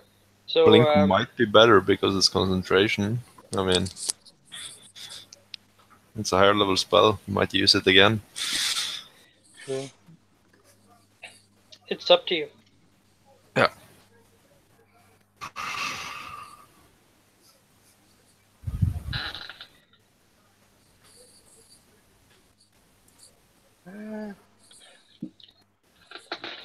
Misty Step.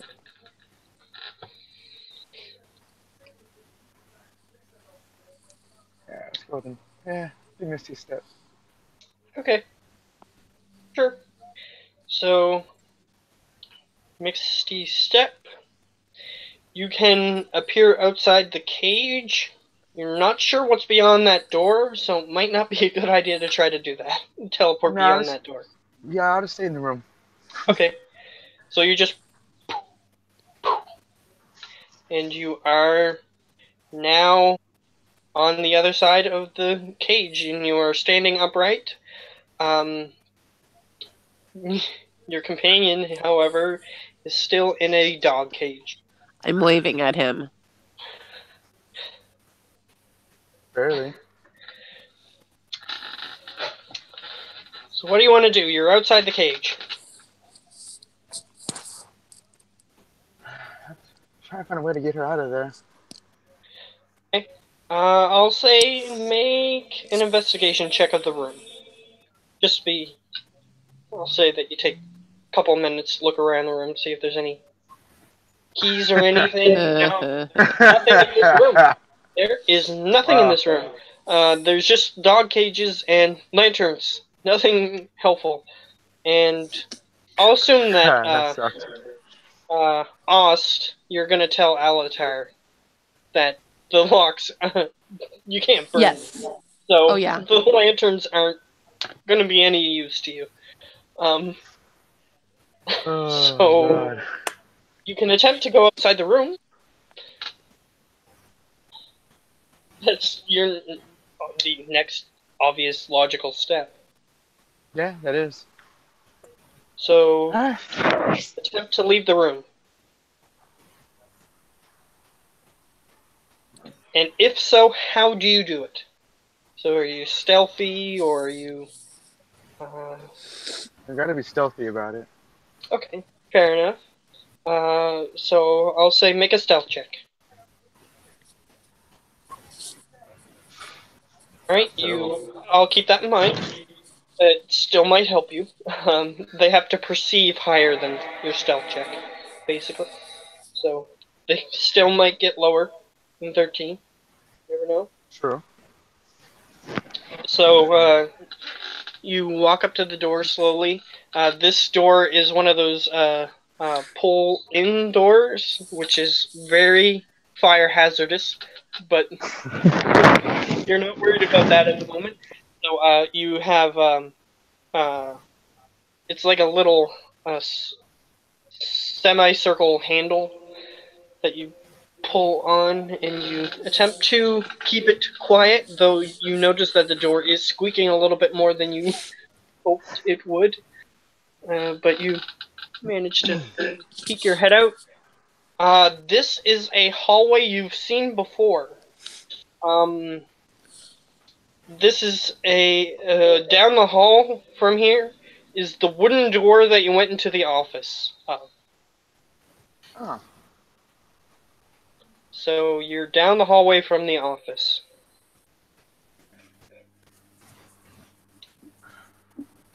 So you can take that information. You don't know where the keys or anything to unlock the doors would be, because you're not familiar with the train. What do you want to do? The keys might be in the office. I'll head to the office. Alright.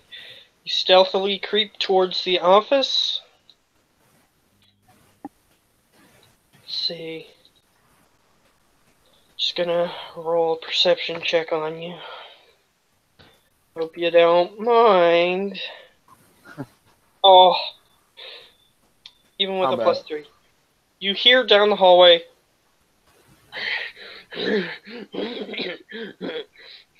Sounds like one of those plague guys. And he's coming down the hallway. He apparently heard the door creak. Of course. So you can dash into the office, or you can do something else. Up to you. Because you're right next I'll to the dash in the office office. door. Yeah, I'll dash in the Right. office. Alright. Open, close. And make a perception check at this point. Perfect. As you open the door to go in, you see that the enemy that you were facing before is sitting in the desk. And he's like, "Oh, hello. Seems you've escaped. Can't have that now, can we?"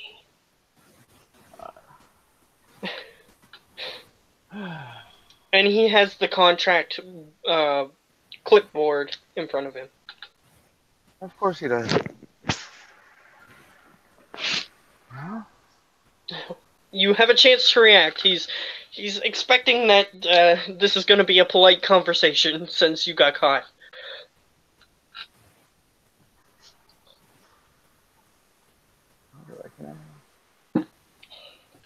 So you have a turn to do something. Either I can talk to him or I can attack him. Whatever you wish. Either way, he doesn't want me there, so...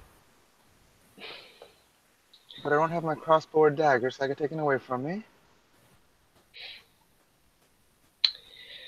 Since you had cloth robes, I assume, then you still have your robes, but you don't have any items on you. But I'm able to do magic now, right? Well, I guess everything's going downhill. Yes, you can still cast magic. It seems like they left your component pouch on you for some reason. Okay. Actually, warlocks don't have component pouches, so they don't need that. They have a spell focus, right? How far away is the desk from me? It's just if it says that you need materials. If not, then it doesn't need anything. I think warlocks, they channel power through their patron, if I remember correctly. Yeah, they do. So then he would have something significant that he would channel the power through. Something significant to his patron. So something Fey-ish. So like a magical leaf or something. I don't know.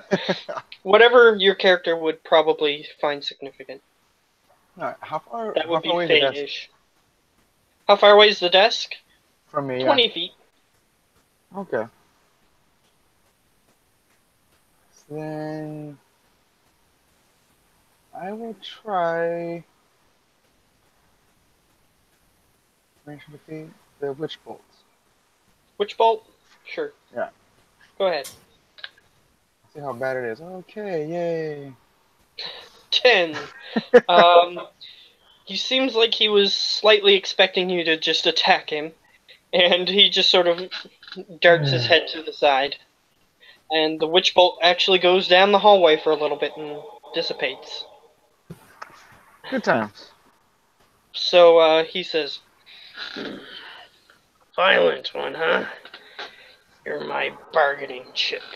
And he reaches forward and he actually tears off a page from his contract clipboard, and he says, "Cash in." And he puts his hand forward. Shackles just appear around your arms and your ankles, your wrists and ankles. Good times. And the paper dissipates that he ripped off. This is why you do favors for people. They do favors for you. So he walks over to you, and as you notice, I'll just say that your character tries to cast a spell. These are magical shackles. Actually, warlocks only have 2 spells, so he can't. He tries to perform Eldritch Blast. And it fizzles, and you notice that the shackles are actually anti-witch shackles, so basically they prevent you from casting magic.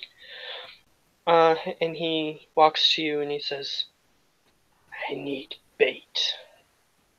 You will be that bait." And he pats you on the shoulder, and he begins to escort you. So while that's happening, Ost, what are you doing in the room? You can attempt to escape before this horrible thing happens to you. I'm going to attempt to escape. I don't really have a lot I can play around with, though. You have strength. You Yes, can attempt to break something. I don't know. mean, other up to you. than that, I don't have a lot I can do. Okay, let's try athletics to break the bars. Okay. You, from your checks before, I'm just gonna allow that. I'm gonna take that, but I'm gonna just tell you. From your check before, you know that the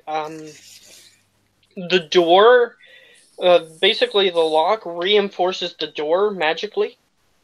So basically, in case like a dog tries to ram the door to break it open, then it would prevent it from breaking. So I'm going to say that you know not to attack the door because it's magically reinforced. So you attempt to attack the other side, you kick it, and with a gnat, you break the side of the bars. It was like wire mesh on the side, and you managed to just kick it easily. Awesome. So you are free. And this is taking place just after he left the room and he closed the door. Okay, I am gonna go check out the room a little bit more before I go hide. Sure. Make an investigation check. All This right. went so well for your friend there. 17 is actually not bad. You find a secret alcove within the room. It's one of those sliding pieces of metal. Uh-huh. And it's very, very subtle, though. So you can understand why he missed it. And you push it aside. There are cage keys inside this little alcove. Oh, cool. They're basically shaped like little tiny rods with a little spheroid object on the end. You basically touch the lock with it, and it disables the lock Okay, of the cage. I do that. Alright, you disabled the lock of the 2 empty cages. Cool. I'm gonna keep the keys on me, and I'm gonna hide behind the door. Okay. Is there anything I could bludgeon someone with? You could use the lantern as an improvised weapon. I will grab that, and if I see it's somebody else other than one of my allies, I'm gonna try to hit him as soon as they come through the door. Okay. So we're switching back to Alatar for a moment. He leads you down the hallway towards that door, and he's making sure you're going first in front of him, and you get led through the door. So, Ost, you see the door open, Yep. and you see Alatar begin to enter the room, Okay. walking very straight, very suspiciously. As Okay, if I being don't. threatened. Gotcha. I do not react quite yet. Okay. Actually, Alatar, make a perception check. That's performance. So you do a little jig, and then you see, not Alatar, Ost, crouching on the other side of the doorway that you are currently entering.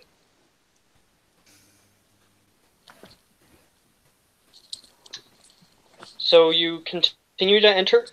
You notice that the cage is empty, and that's about it. Ost, you see the contractor currently behind him with the clipboard in hand, currently just got his hand on his back, and pushing him forward. What do you want to do? Okay. I'm gonna try to do something stupid. I'm gonna try to hit the clipboard out of his hand and then whack him. Sure. Make a might work. unproficient attack with the lantern. So do you want me to do a strength one, or do you want me to do yeah, it's a strength check. Delve. Yeah, whichever's stronger, I'll say, but you can do it. Monster. Okay, let me just enter in all the info. That's a D4, Lonnie. Well, that's not what I wanted. I apologize. It was supposed to be 2. 14. Okay, 14. Yes. You manage to hit him, since this is going to be a contested roll. He's not very strong. Yeah. Oh, that just 13? makes it.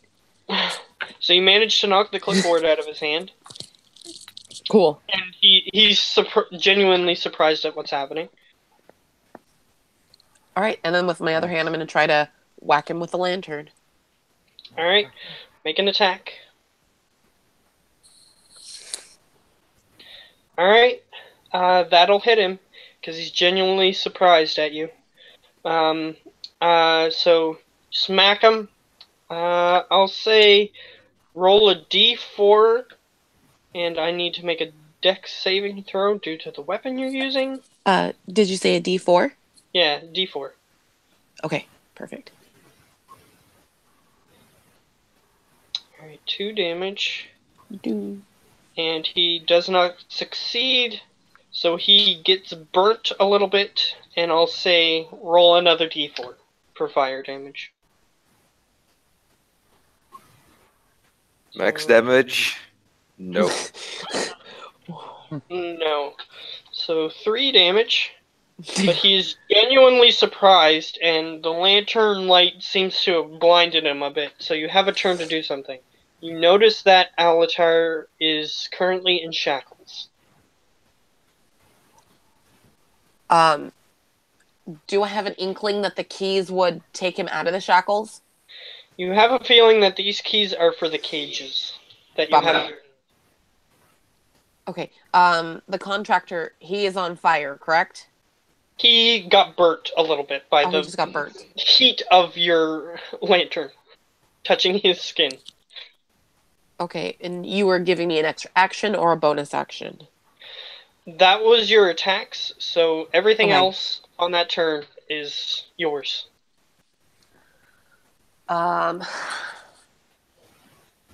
Dumb question. Can I try to kick him as a bonus action? Try to what? Sorry? Try As a to bonus action? try to kick the contractor to like knock him over or trip him. I'll say that you can attempt to move past him, but you can't, like, make him prone with a bonus action. Okay. I'm not going to try to run past him. That's my whole turn. Okay. Alatar, I'll say that you are currently, you're not entirely restrained. You can still move a little bit. Okay. You can move quarter speed. And you are still in shackles, so if you want to do something, you can attempt to. Depends on what the action is, whether or not you can do it.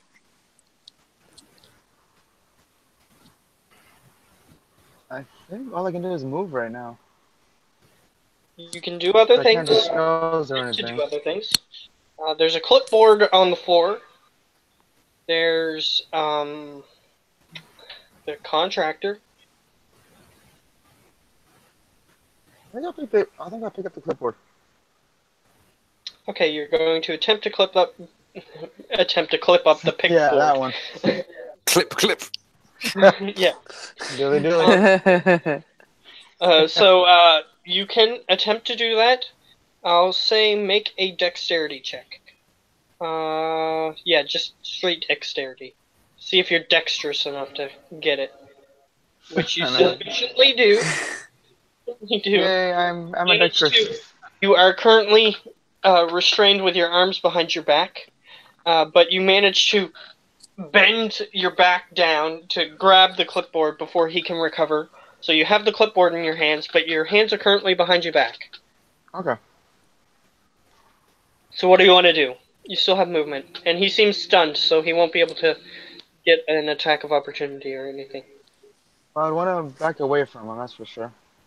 Alright, you back away from him, and you can go further into the room, or you can attempt to go around him and out of the room. Well, seeing that I started helping him, I'm gonna go further in the room. Okay, so you're backed up against a cage at this point, after you hop Okay. a little bit, because your legs are tied together, and I'm gonna just assume that you have the clipboard behind you, and he's in front of you. Yeah. So, just so that way you can sort of try to hold it back from him. Mm-hmm. So he is recovered at this point, and he says, "You have outsmarted me. What do you want?" So Is he talking to both of us? Yeah, he's talking to you guys. Oh, okay. Well, So he's asking what you want.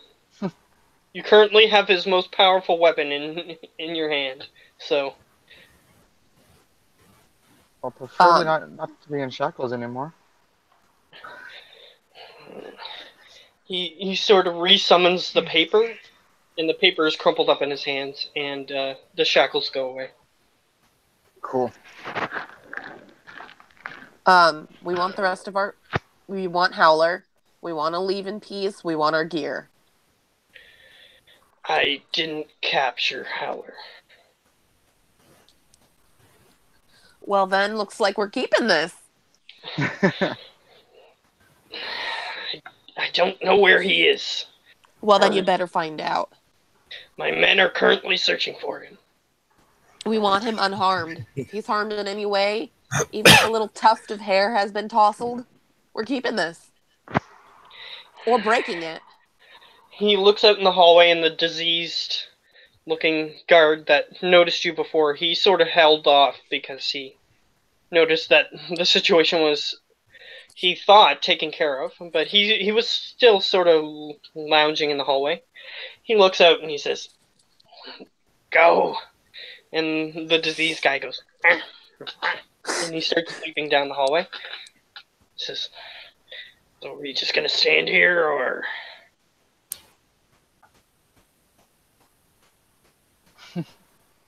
Who's he talking to? He's talking The to guard? you guys. Oh, okay. Yeah, pretty Oh, much. We're oh. just gonna stand here unless you There's want no it way. broken. Okay, I mean, it's up to you. So he's just sort of standing there with his hands up. I'm going to get you both to make an insight check. Just to move this along a little bit. Inside. I can find this. Where is it? There it is. Alatar, you have a feeling the longer that you just hold him at... I guess it's not gunpoint. You get my meaning. You hold him hostage, or hold his clipboard hostage, the longer he has to figure out how to deal with the situation. Because he is... Use something to like threaten it when he isn't listening, like break it in half. He's active in... From the inside, you're actively noticing that he is looking for an opportunity to do something. Smack him in the face. Let him know who's boss. Can I try to put him to sleep? Do you have something that you can use to do that with? I do. I have one more use. You I don't have have your this, items with you. That's also true. I have. And you told him not to move. So he can't Back. go to get your items for you or anything. I told him I Don't wanted have our that. items back. He doesn't have them on his person. Gotcha. He's a skinny looking purple humanoid thing. And his most of his power is in what you currently have in your possession. So he has nothing at the moment. Well, because I have one spell left, right? Basically. No, you used 2, I think, because you only have 2 spells as a warlock. I used the one and I missed, and these Eldritch glasses to see if I could. Yeah, and then Eldritch Blast. the Misty Step. Oh yeah, Misty Step. That's right. Dang it. Alright, hold person, you're going to attempt to use hold person on him. So what I could do is hold person, and then we could just. I can't think of anything, man. Why don't we just? You can cast hold person on him if you wish to. He's not No. moving. Let's hold him. That's true. So you can attempt to cast hold person if you wish. Is that something that you want to do? No. Okay. No, sir. Nix hold person. Actually, You got something? not really. Okay, let's have him. Let's have him lead us to our stuff. Okay. He Can is, and Alatar, you do know that he is actively looking for a situation or a way to get out of Way to this get out, situation. yeah. So you can. Ost is basically asking him to lead you guys to you guys' items, which you know that there might be some items that you guys have that he might be able to use. That's true.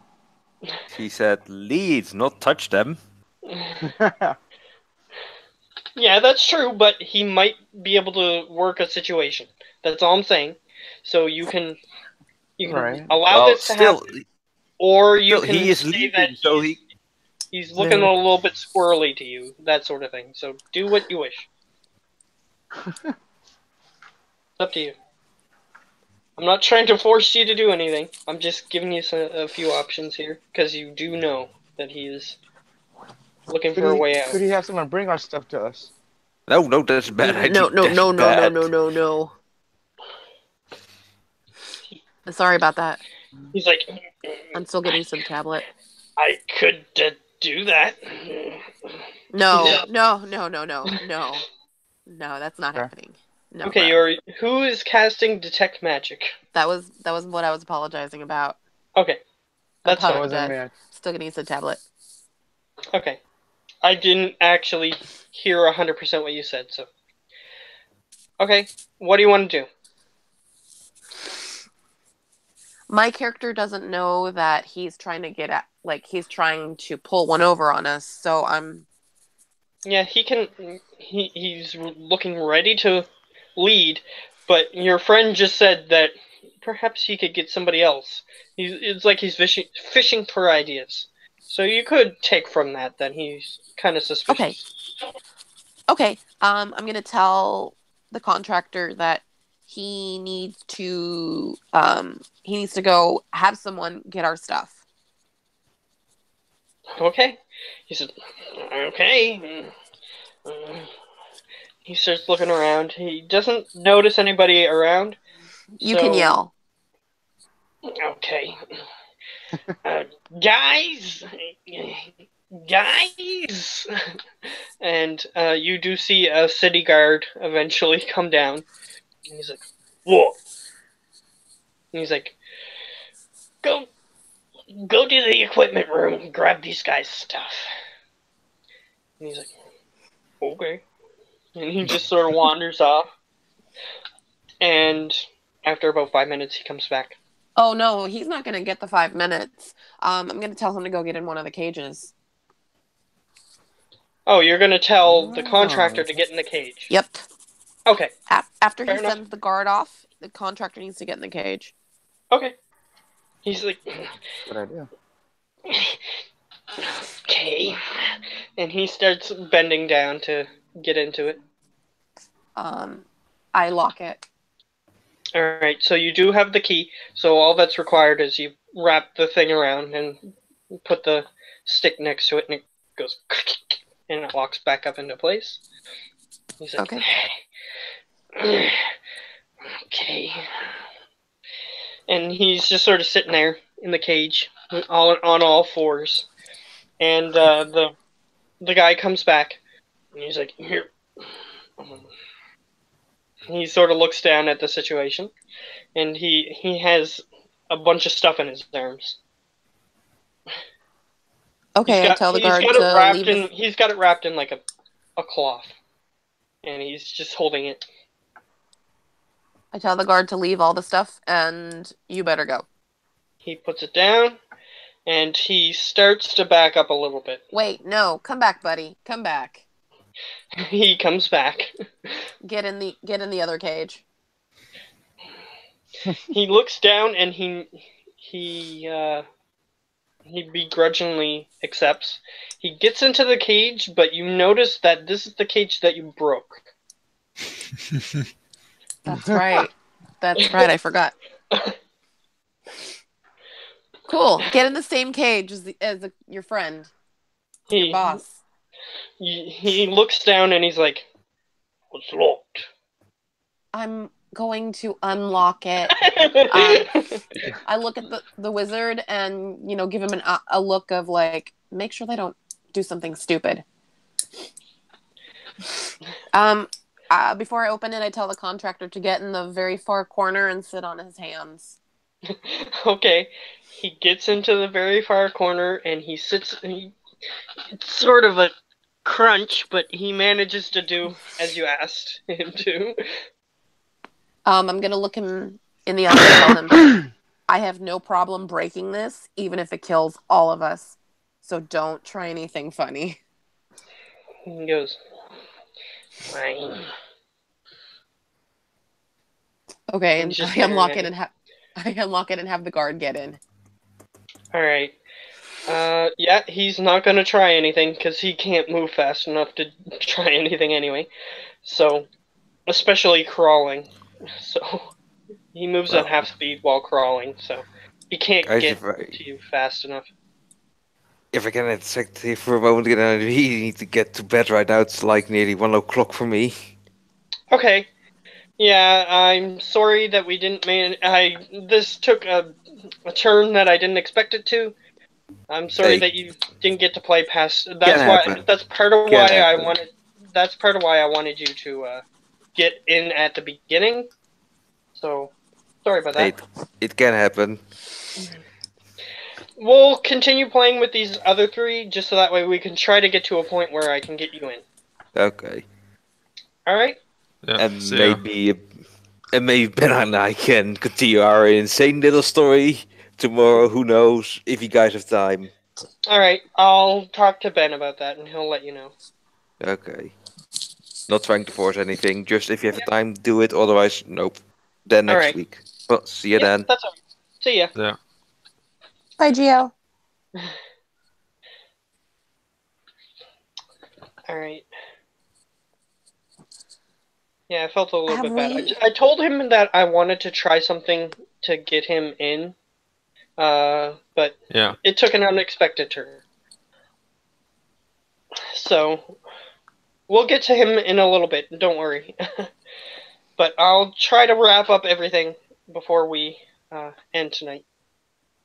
So, Righto. so what we're gonna do is continue the scene. So he gets into the cage, and it's kind of funny seeing this relatively heavily armored guy with like a talberd or whatever they call them. The like little cloth thing that you put over your head and it's on both sides and it has like the symbol of the city guard sort of thing. And he's like getting into this little cage crawling in and he looks up at you relatively emotionless. Okay. I would like to. Have we taken the shackles off of Elatar? Yes, he requested that the shackles be taken off and he remanifested the piece of paper. Okay, cool. Can we And put I them assumed on? that you took that away from him. Yeah. Yes. I assume that you didn't keep that with him. It's in my pocket. Right. Let's put them on out. Let's put them on the contractor. Okay, you have the piece of paper in your hand.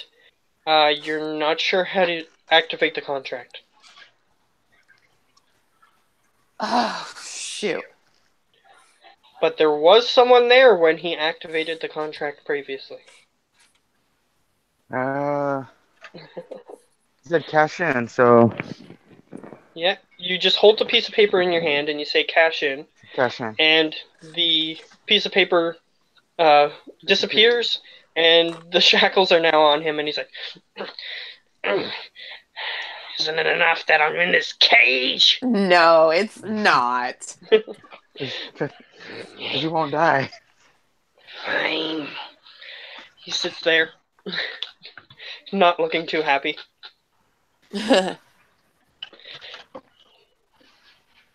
So what do you want to do? We need Okay. to find. We need Howler. Yep. Okay. That's all I was thinking. Do you have a way of contacting your guards? Via Not from telepathy? in this cage. Well, then how can we contact them? You can't. They only Well, then respond it's to me. Oh, then they're stuck in a cage. I guess you're going to be stuck here, sir. Guess you're going to be stuck. Yeah, until my patrol comes back, at least. He sits there looking at you angrily. He doesn't care if you know what his plans are. Your patrol comes back, they listen to you. We have your clipboard, you listen to us. True. But how long do you plan to stand there? As long as it takes. Ah, you've outsmarted me. That's okay, you're the one in a cage. Okay, so do you plan on just guarding this area for a little bit? No, dude, we got the clipboard, that's all we needed, right? Yeah, sounds about right. Okay, let's GTFO. Alright. Alright, so you start to leave. Before we go, I would like to, I don't know, check the room, like Arcana on the rest of the room, because I know I did it on the lock itself, yeah. Correct. So you but can, I would like to. You can. Go ahead. Cool. The rest of the room. 14. Straight up. Nice. Don't see anything magical. You still have the lantern, though. I'll just throw you that bone. All right, I got a lantern. Okay, if you want to keep it. The lantern is a hooded lantern. So you can basically lower the sides down to make it dark. Dim. Yeah. Nice. So you have a hooded lantern, if you want to keep it. I will keep it. Okay. And you notice that you are now leaving the room in pitch blackness. Do you care? Oh, it's No. complete black? Yeah, in that room where the contractor currently is. Oh. If you take the lantern away. Do you Shoot. care? Yeah, I mean, a little they're bit. in a cage. No, a little Not going bit. anywhere. No, it doesn't mean that they. Okay. Is there any rocks or pebbles on the floor or anything like that? Sure, I'll give you a tiny little rock that someone carried in on their shoe at one point. No, I want something bigger. Okay, I'm gonna go to the back of the doorknob. I'm assuming there's a doorknob and cast light on that. Let's go. Okay. You close the door, and how far away can you be from something that you use light on? I actually don't think there's a. You have to touch it, it says. Yeah. Okay, her character touches it, but after she or her character walks away, how long does it stay lit? Until the Does it spell say? ends. No, until the spell ends. And it doesn't say when it ends. Perfect, so it's gonna last forever. Until I'll say that until Look you it cast it again. Yeah. It lasts 1 hour. 1 hour It lasts 1 hour? Where does it say that? on the spell. It doesn't say on her text, but it says Okay. duration 1 hour. Well, I was going to say, it doesn't say it in that text there, so. If it lasts an hour, okay. Then it's an hour. And it ends early if you cast it again or dismiss Right. it on purpose. Okay, Right. fair enough. So, it'll last an hour. And then he'll be in pitch blackness. Or him and his guard will be in pitch blackness. Afterward. If that means anything to you, apparently it does, so. Oh, I'm gonna have to be leaving in about 15 minutes. Okay. I'll try to hurry this up then. Okay. So you guys attempt to leave. You know that Yes. there are other guards probably on the premises. So what do you want to do? Lots of old Other person. I don't know. Do you want to stealth around? Can we stealth around? You can Stop try. And I'll say that you put your stuff on, which takes a couple. It actually takes like a half hour. Put your armor on and stuff. But I'll say that that happened before you left. So the Okay. warlock could take a short rest while you're doing that. That means your spell's back. Yay. Got 2 more spells again. Oh, that could help. I can I definitely think help. I'm also gonna need. How many hit points do I have at the moment? I'll say that for some reason you're at full hit points. You're a generous god, sir. Apparently the contractor didn't foresee this happening.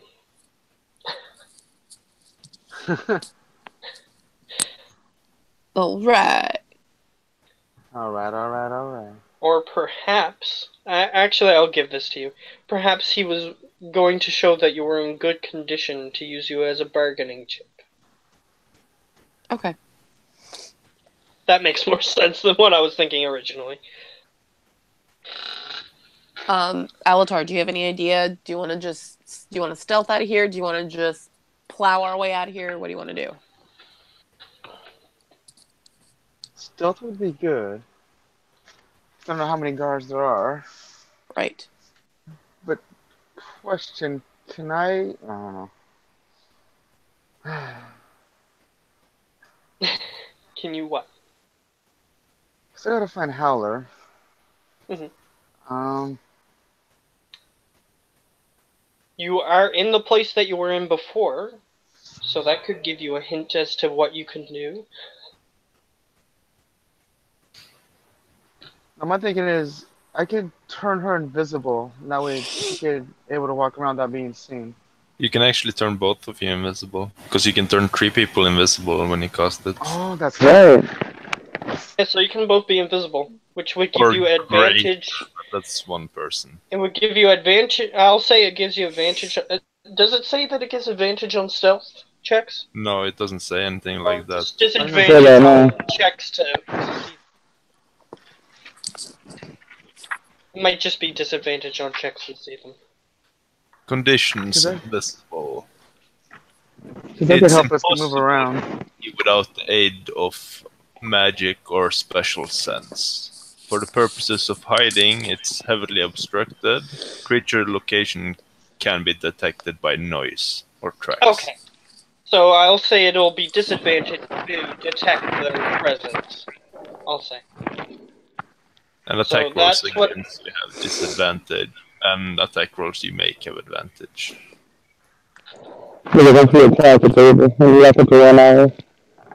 Sorry. All of that you just said was really muffled. Sorry, my head turned. I apologize. That's fine. Okay. Yeah, it was super muffled. I apologize. Hit the headset. Yeah, I apologize. Yeah, that's fine. So you can do that. And that might be a super helpful thing to do. Let's do that. Sure. So you cast invisibility. You are both invisible. So he doesn't even bother to say anything. He just goes, and you can no longer see yourself or him. Huh? Where'd you go? Oh, right. You're that kind of spellcaster. Do you see me now? No. Okay. Hold my hand. Where are you? Yeah, you can't see. Yeah, Alatar can't see you either. I grope around for I believe he is. All right. Make an unproficient attack. It's not to hurt him. An unproficient attack for sure with disadvantage. With disadvantage? How screwy. No, that's not gonna hit. Same number. Yeah, you don't find him. Perhaps you should have thought about this before you turned. Yeah, I didn't think about that. Well, actually, technically, I have to. No, technically, but to do it, I have to touch her though. So I'm actually already touching her. Yeah, but I didn't say to hold my hand until after. Yeah, you can touch the person to do. You have to touch the person to do it. So you could still be in contact if you wanted to. And I know where she was at when I touched her. Yeah. No, I know where she was at. Okay. Right, so you can. I'll find her hand. Okay, great. So you're both holding hands now. What are you gonna do? Skip all the way through this torture dungeon area? Something like that. Yeah. You can attempt to be quiet by making a stealth check. Yes, absolutely. Good call, good call. And yeah. Oh. Alright. So they do have to make a 10 to hear you if they can hear. So hopefully all the guards are deaf. I hope so. So you continue along, and you guys going to go up the trap door into the bar, or are you going to attempt to go through the secret passage in the office area? I don't remember where the secret passage goes. You don't entirely know where you'll end up if you take the secret passage, but you know the secret passage leads out.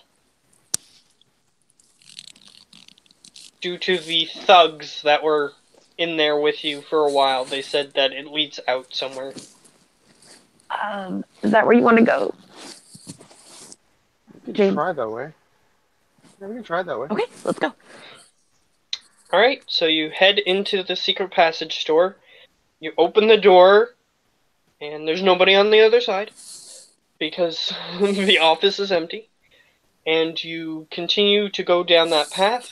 The secret entrance is still open. They didn't bother to close it, because apparently they didn't have very much foresight for this situation. So you just waltz on through, and you continue down the path. Okay, we're gonna switch back to Howler, because I thought something might happen there. So you're outside the bar, and you noticed that there were strange people inside the bar. Did you want to head? Did you say that you wanted to head to the other underground area? Oh yeah, when we stopped, I was heading over to Marble, or to the You other were looking for Marble, but where did you want to look for him? Well, I left there, but You didn't have a destination in mind? Well, where are you thinking? no, I was thinking underground towards the Old Thieves Guild. Okay, fair enough. So you start heading underground. I'm gonna say all three of you make a perception check.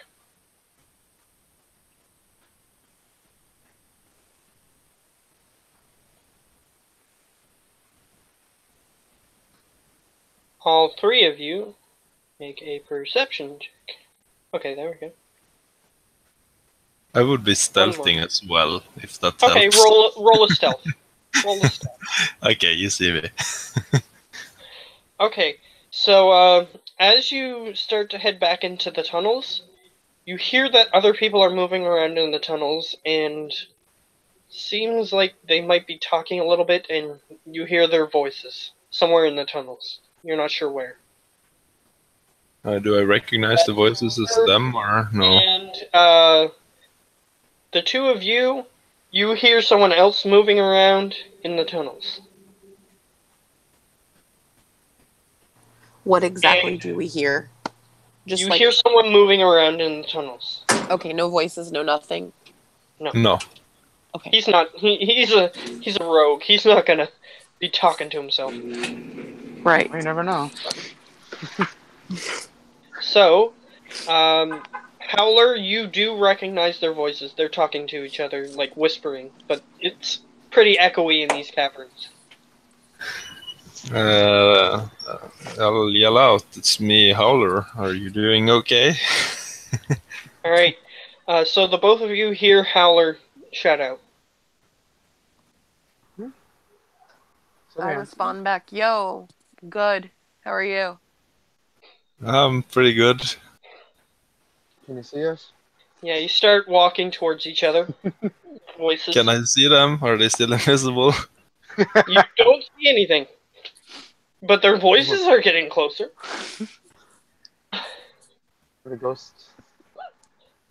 I just look for them a bit longer to see if there's... Or is it the open tunnel? This is a relatively open tunnel. This is the path that you were using to... You started walking on the path that you were using before in the secret tunnels. And you thought you might as well use that way just in case they are still there. And the bad guys might have went somewhere. So you decided to take a long cut, I'll say, to see if there was anything there and you heard them. Okay. So as they start getting closer and closer, I'll throw a rock down the tunnel. You see the rock go down the tunnel. I'm going to get both of you to make dexterity saving throws.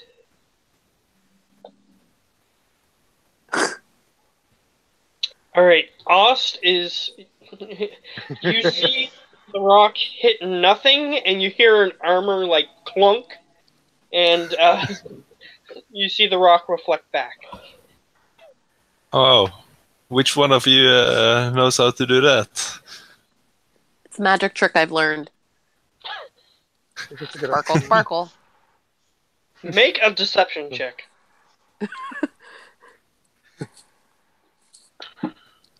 Against 10. Yeah, that seems fair. Yeah, apparently Ost learned how to turn people invisible. Sparkle, sparkle.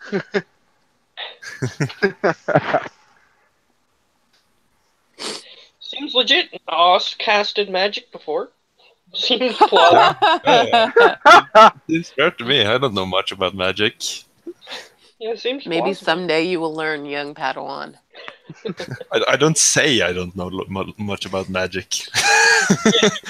Characters wouldn't admit to that. So, they are apparently in front of you, invisible. Okay, so did you manage to take down the contractor? I took down most of his guards. No, we did not. We were able to lock him up, though. And you still have something very special in your possession. You might the want to clipboard. tell him Yeah. about. Howler, And we we have the got a clipboard. clipboard that you may want. Oh no, actually, when they start approaching me and get within the 50 feet range, they are no longer invisible. Oh, right, because you didn't turn the thing off.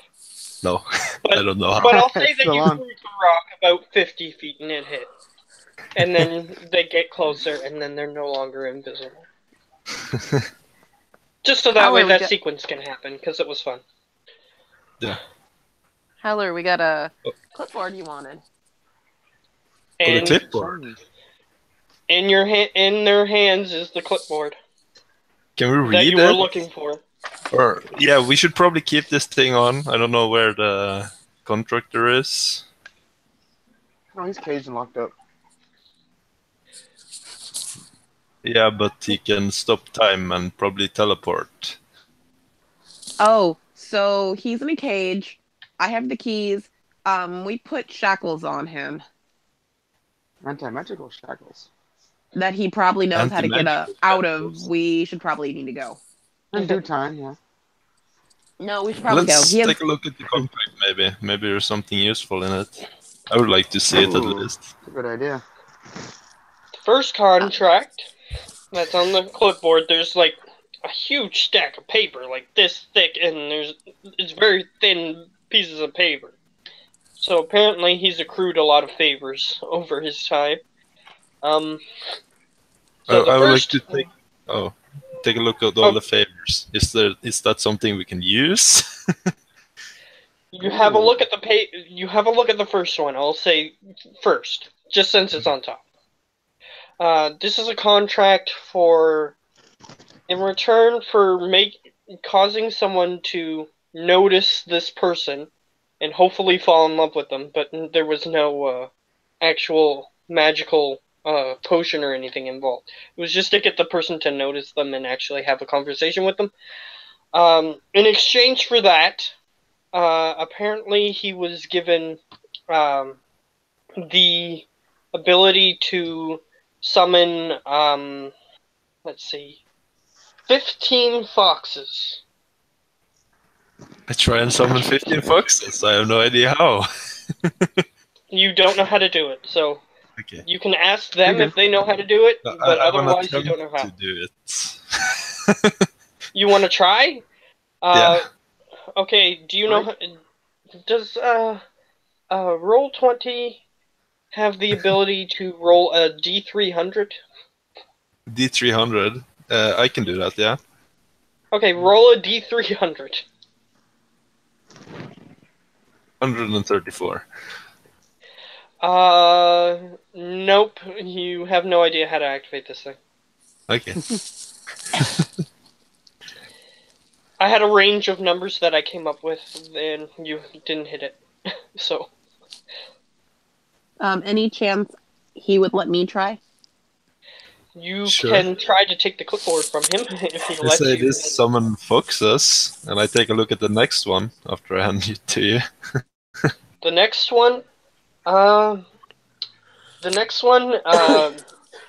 was a deal to, let's see, make this person a famous performer in exchange for, let's see, in exchange for the ability to, cast a particular spell that is very vague. I'm not sure what kind of spell it would be. This casts It a spell says- too. It says the spell that we agreed upon. Apparently there was a verbal agreement between them.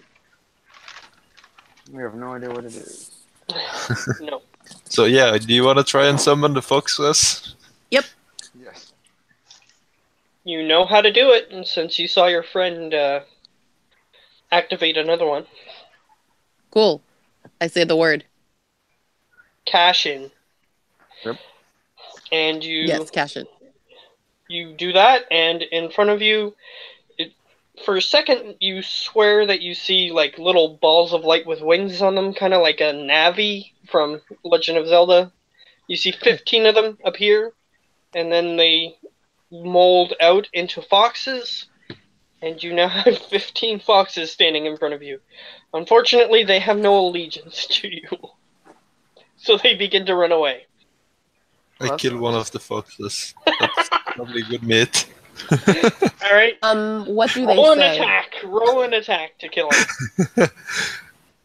him. Dagger. Oh, that's disadvantage. But yeah. 14 and Okay. 27. Oh, 14 and crit, actually.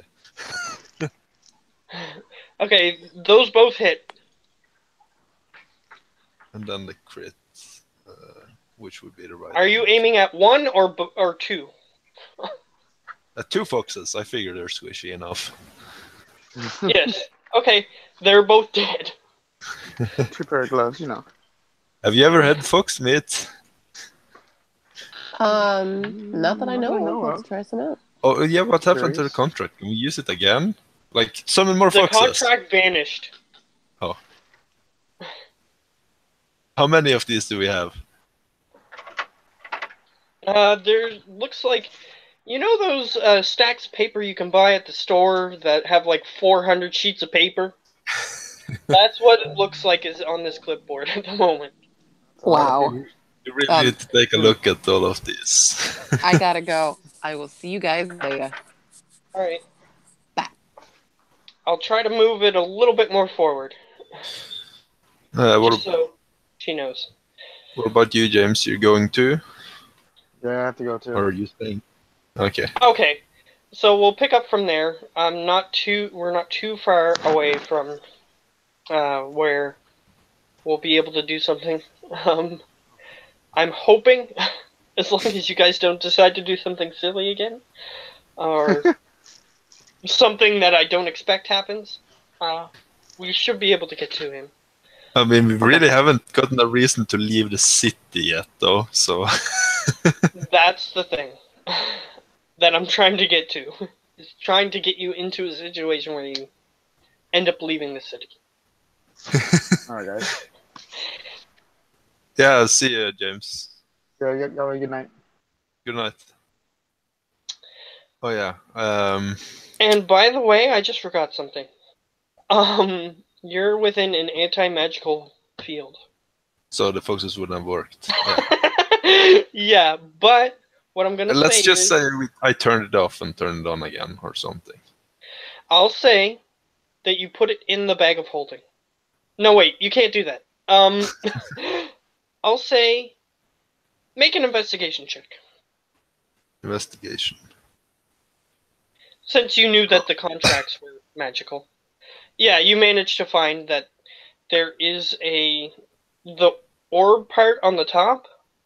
It can be turned, and since you actually looked at it, because before you were too afraid to look at it, in case you turned it off and you were frozen in time. So you're looking at it, and on the top there are actually markings, and there's a point on one of the sides. You just turn it to deactivate, the one that says deactivate on it, and you just turn it to that, and it's off. So it's off. So yeah. I'll let all that happen, because I didn't want that to not happen. I wanted you to be able to look at the thing that you just got. Foxes. I have 2 foxes now. You have 2 fox carcasses that you can shove into the bag of holding if you want. You can skin them, or you can try to debone them, or whatever to meat them, or you can just shove them in. Doesn't matter. Yeah. But if you attempt to skin them or whatever, that would take time, which you might not want to take. Yeah, like for the next time we take a rest or something, I was thinking of eating them. Okay, fair enough. So what I'm gonna say is, I wanted you guys to be able to do something else. But you guys started examining the contracts and they ran out of time. So what I'm gonna do is I'm going to get out of the stream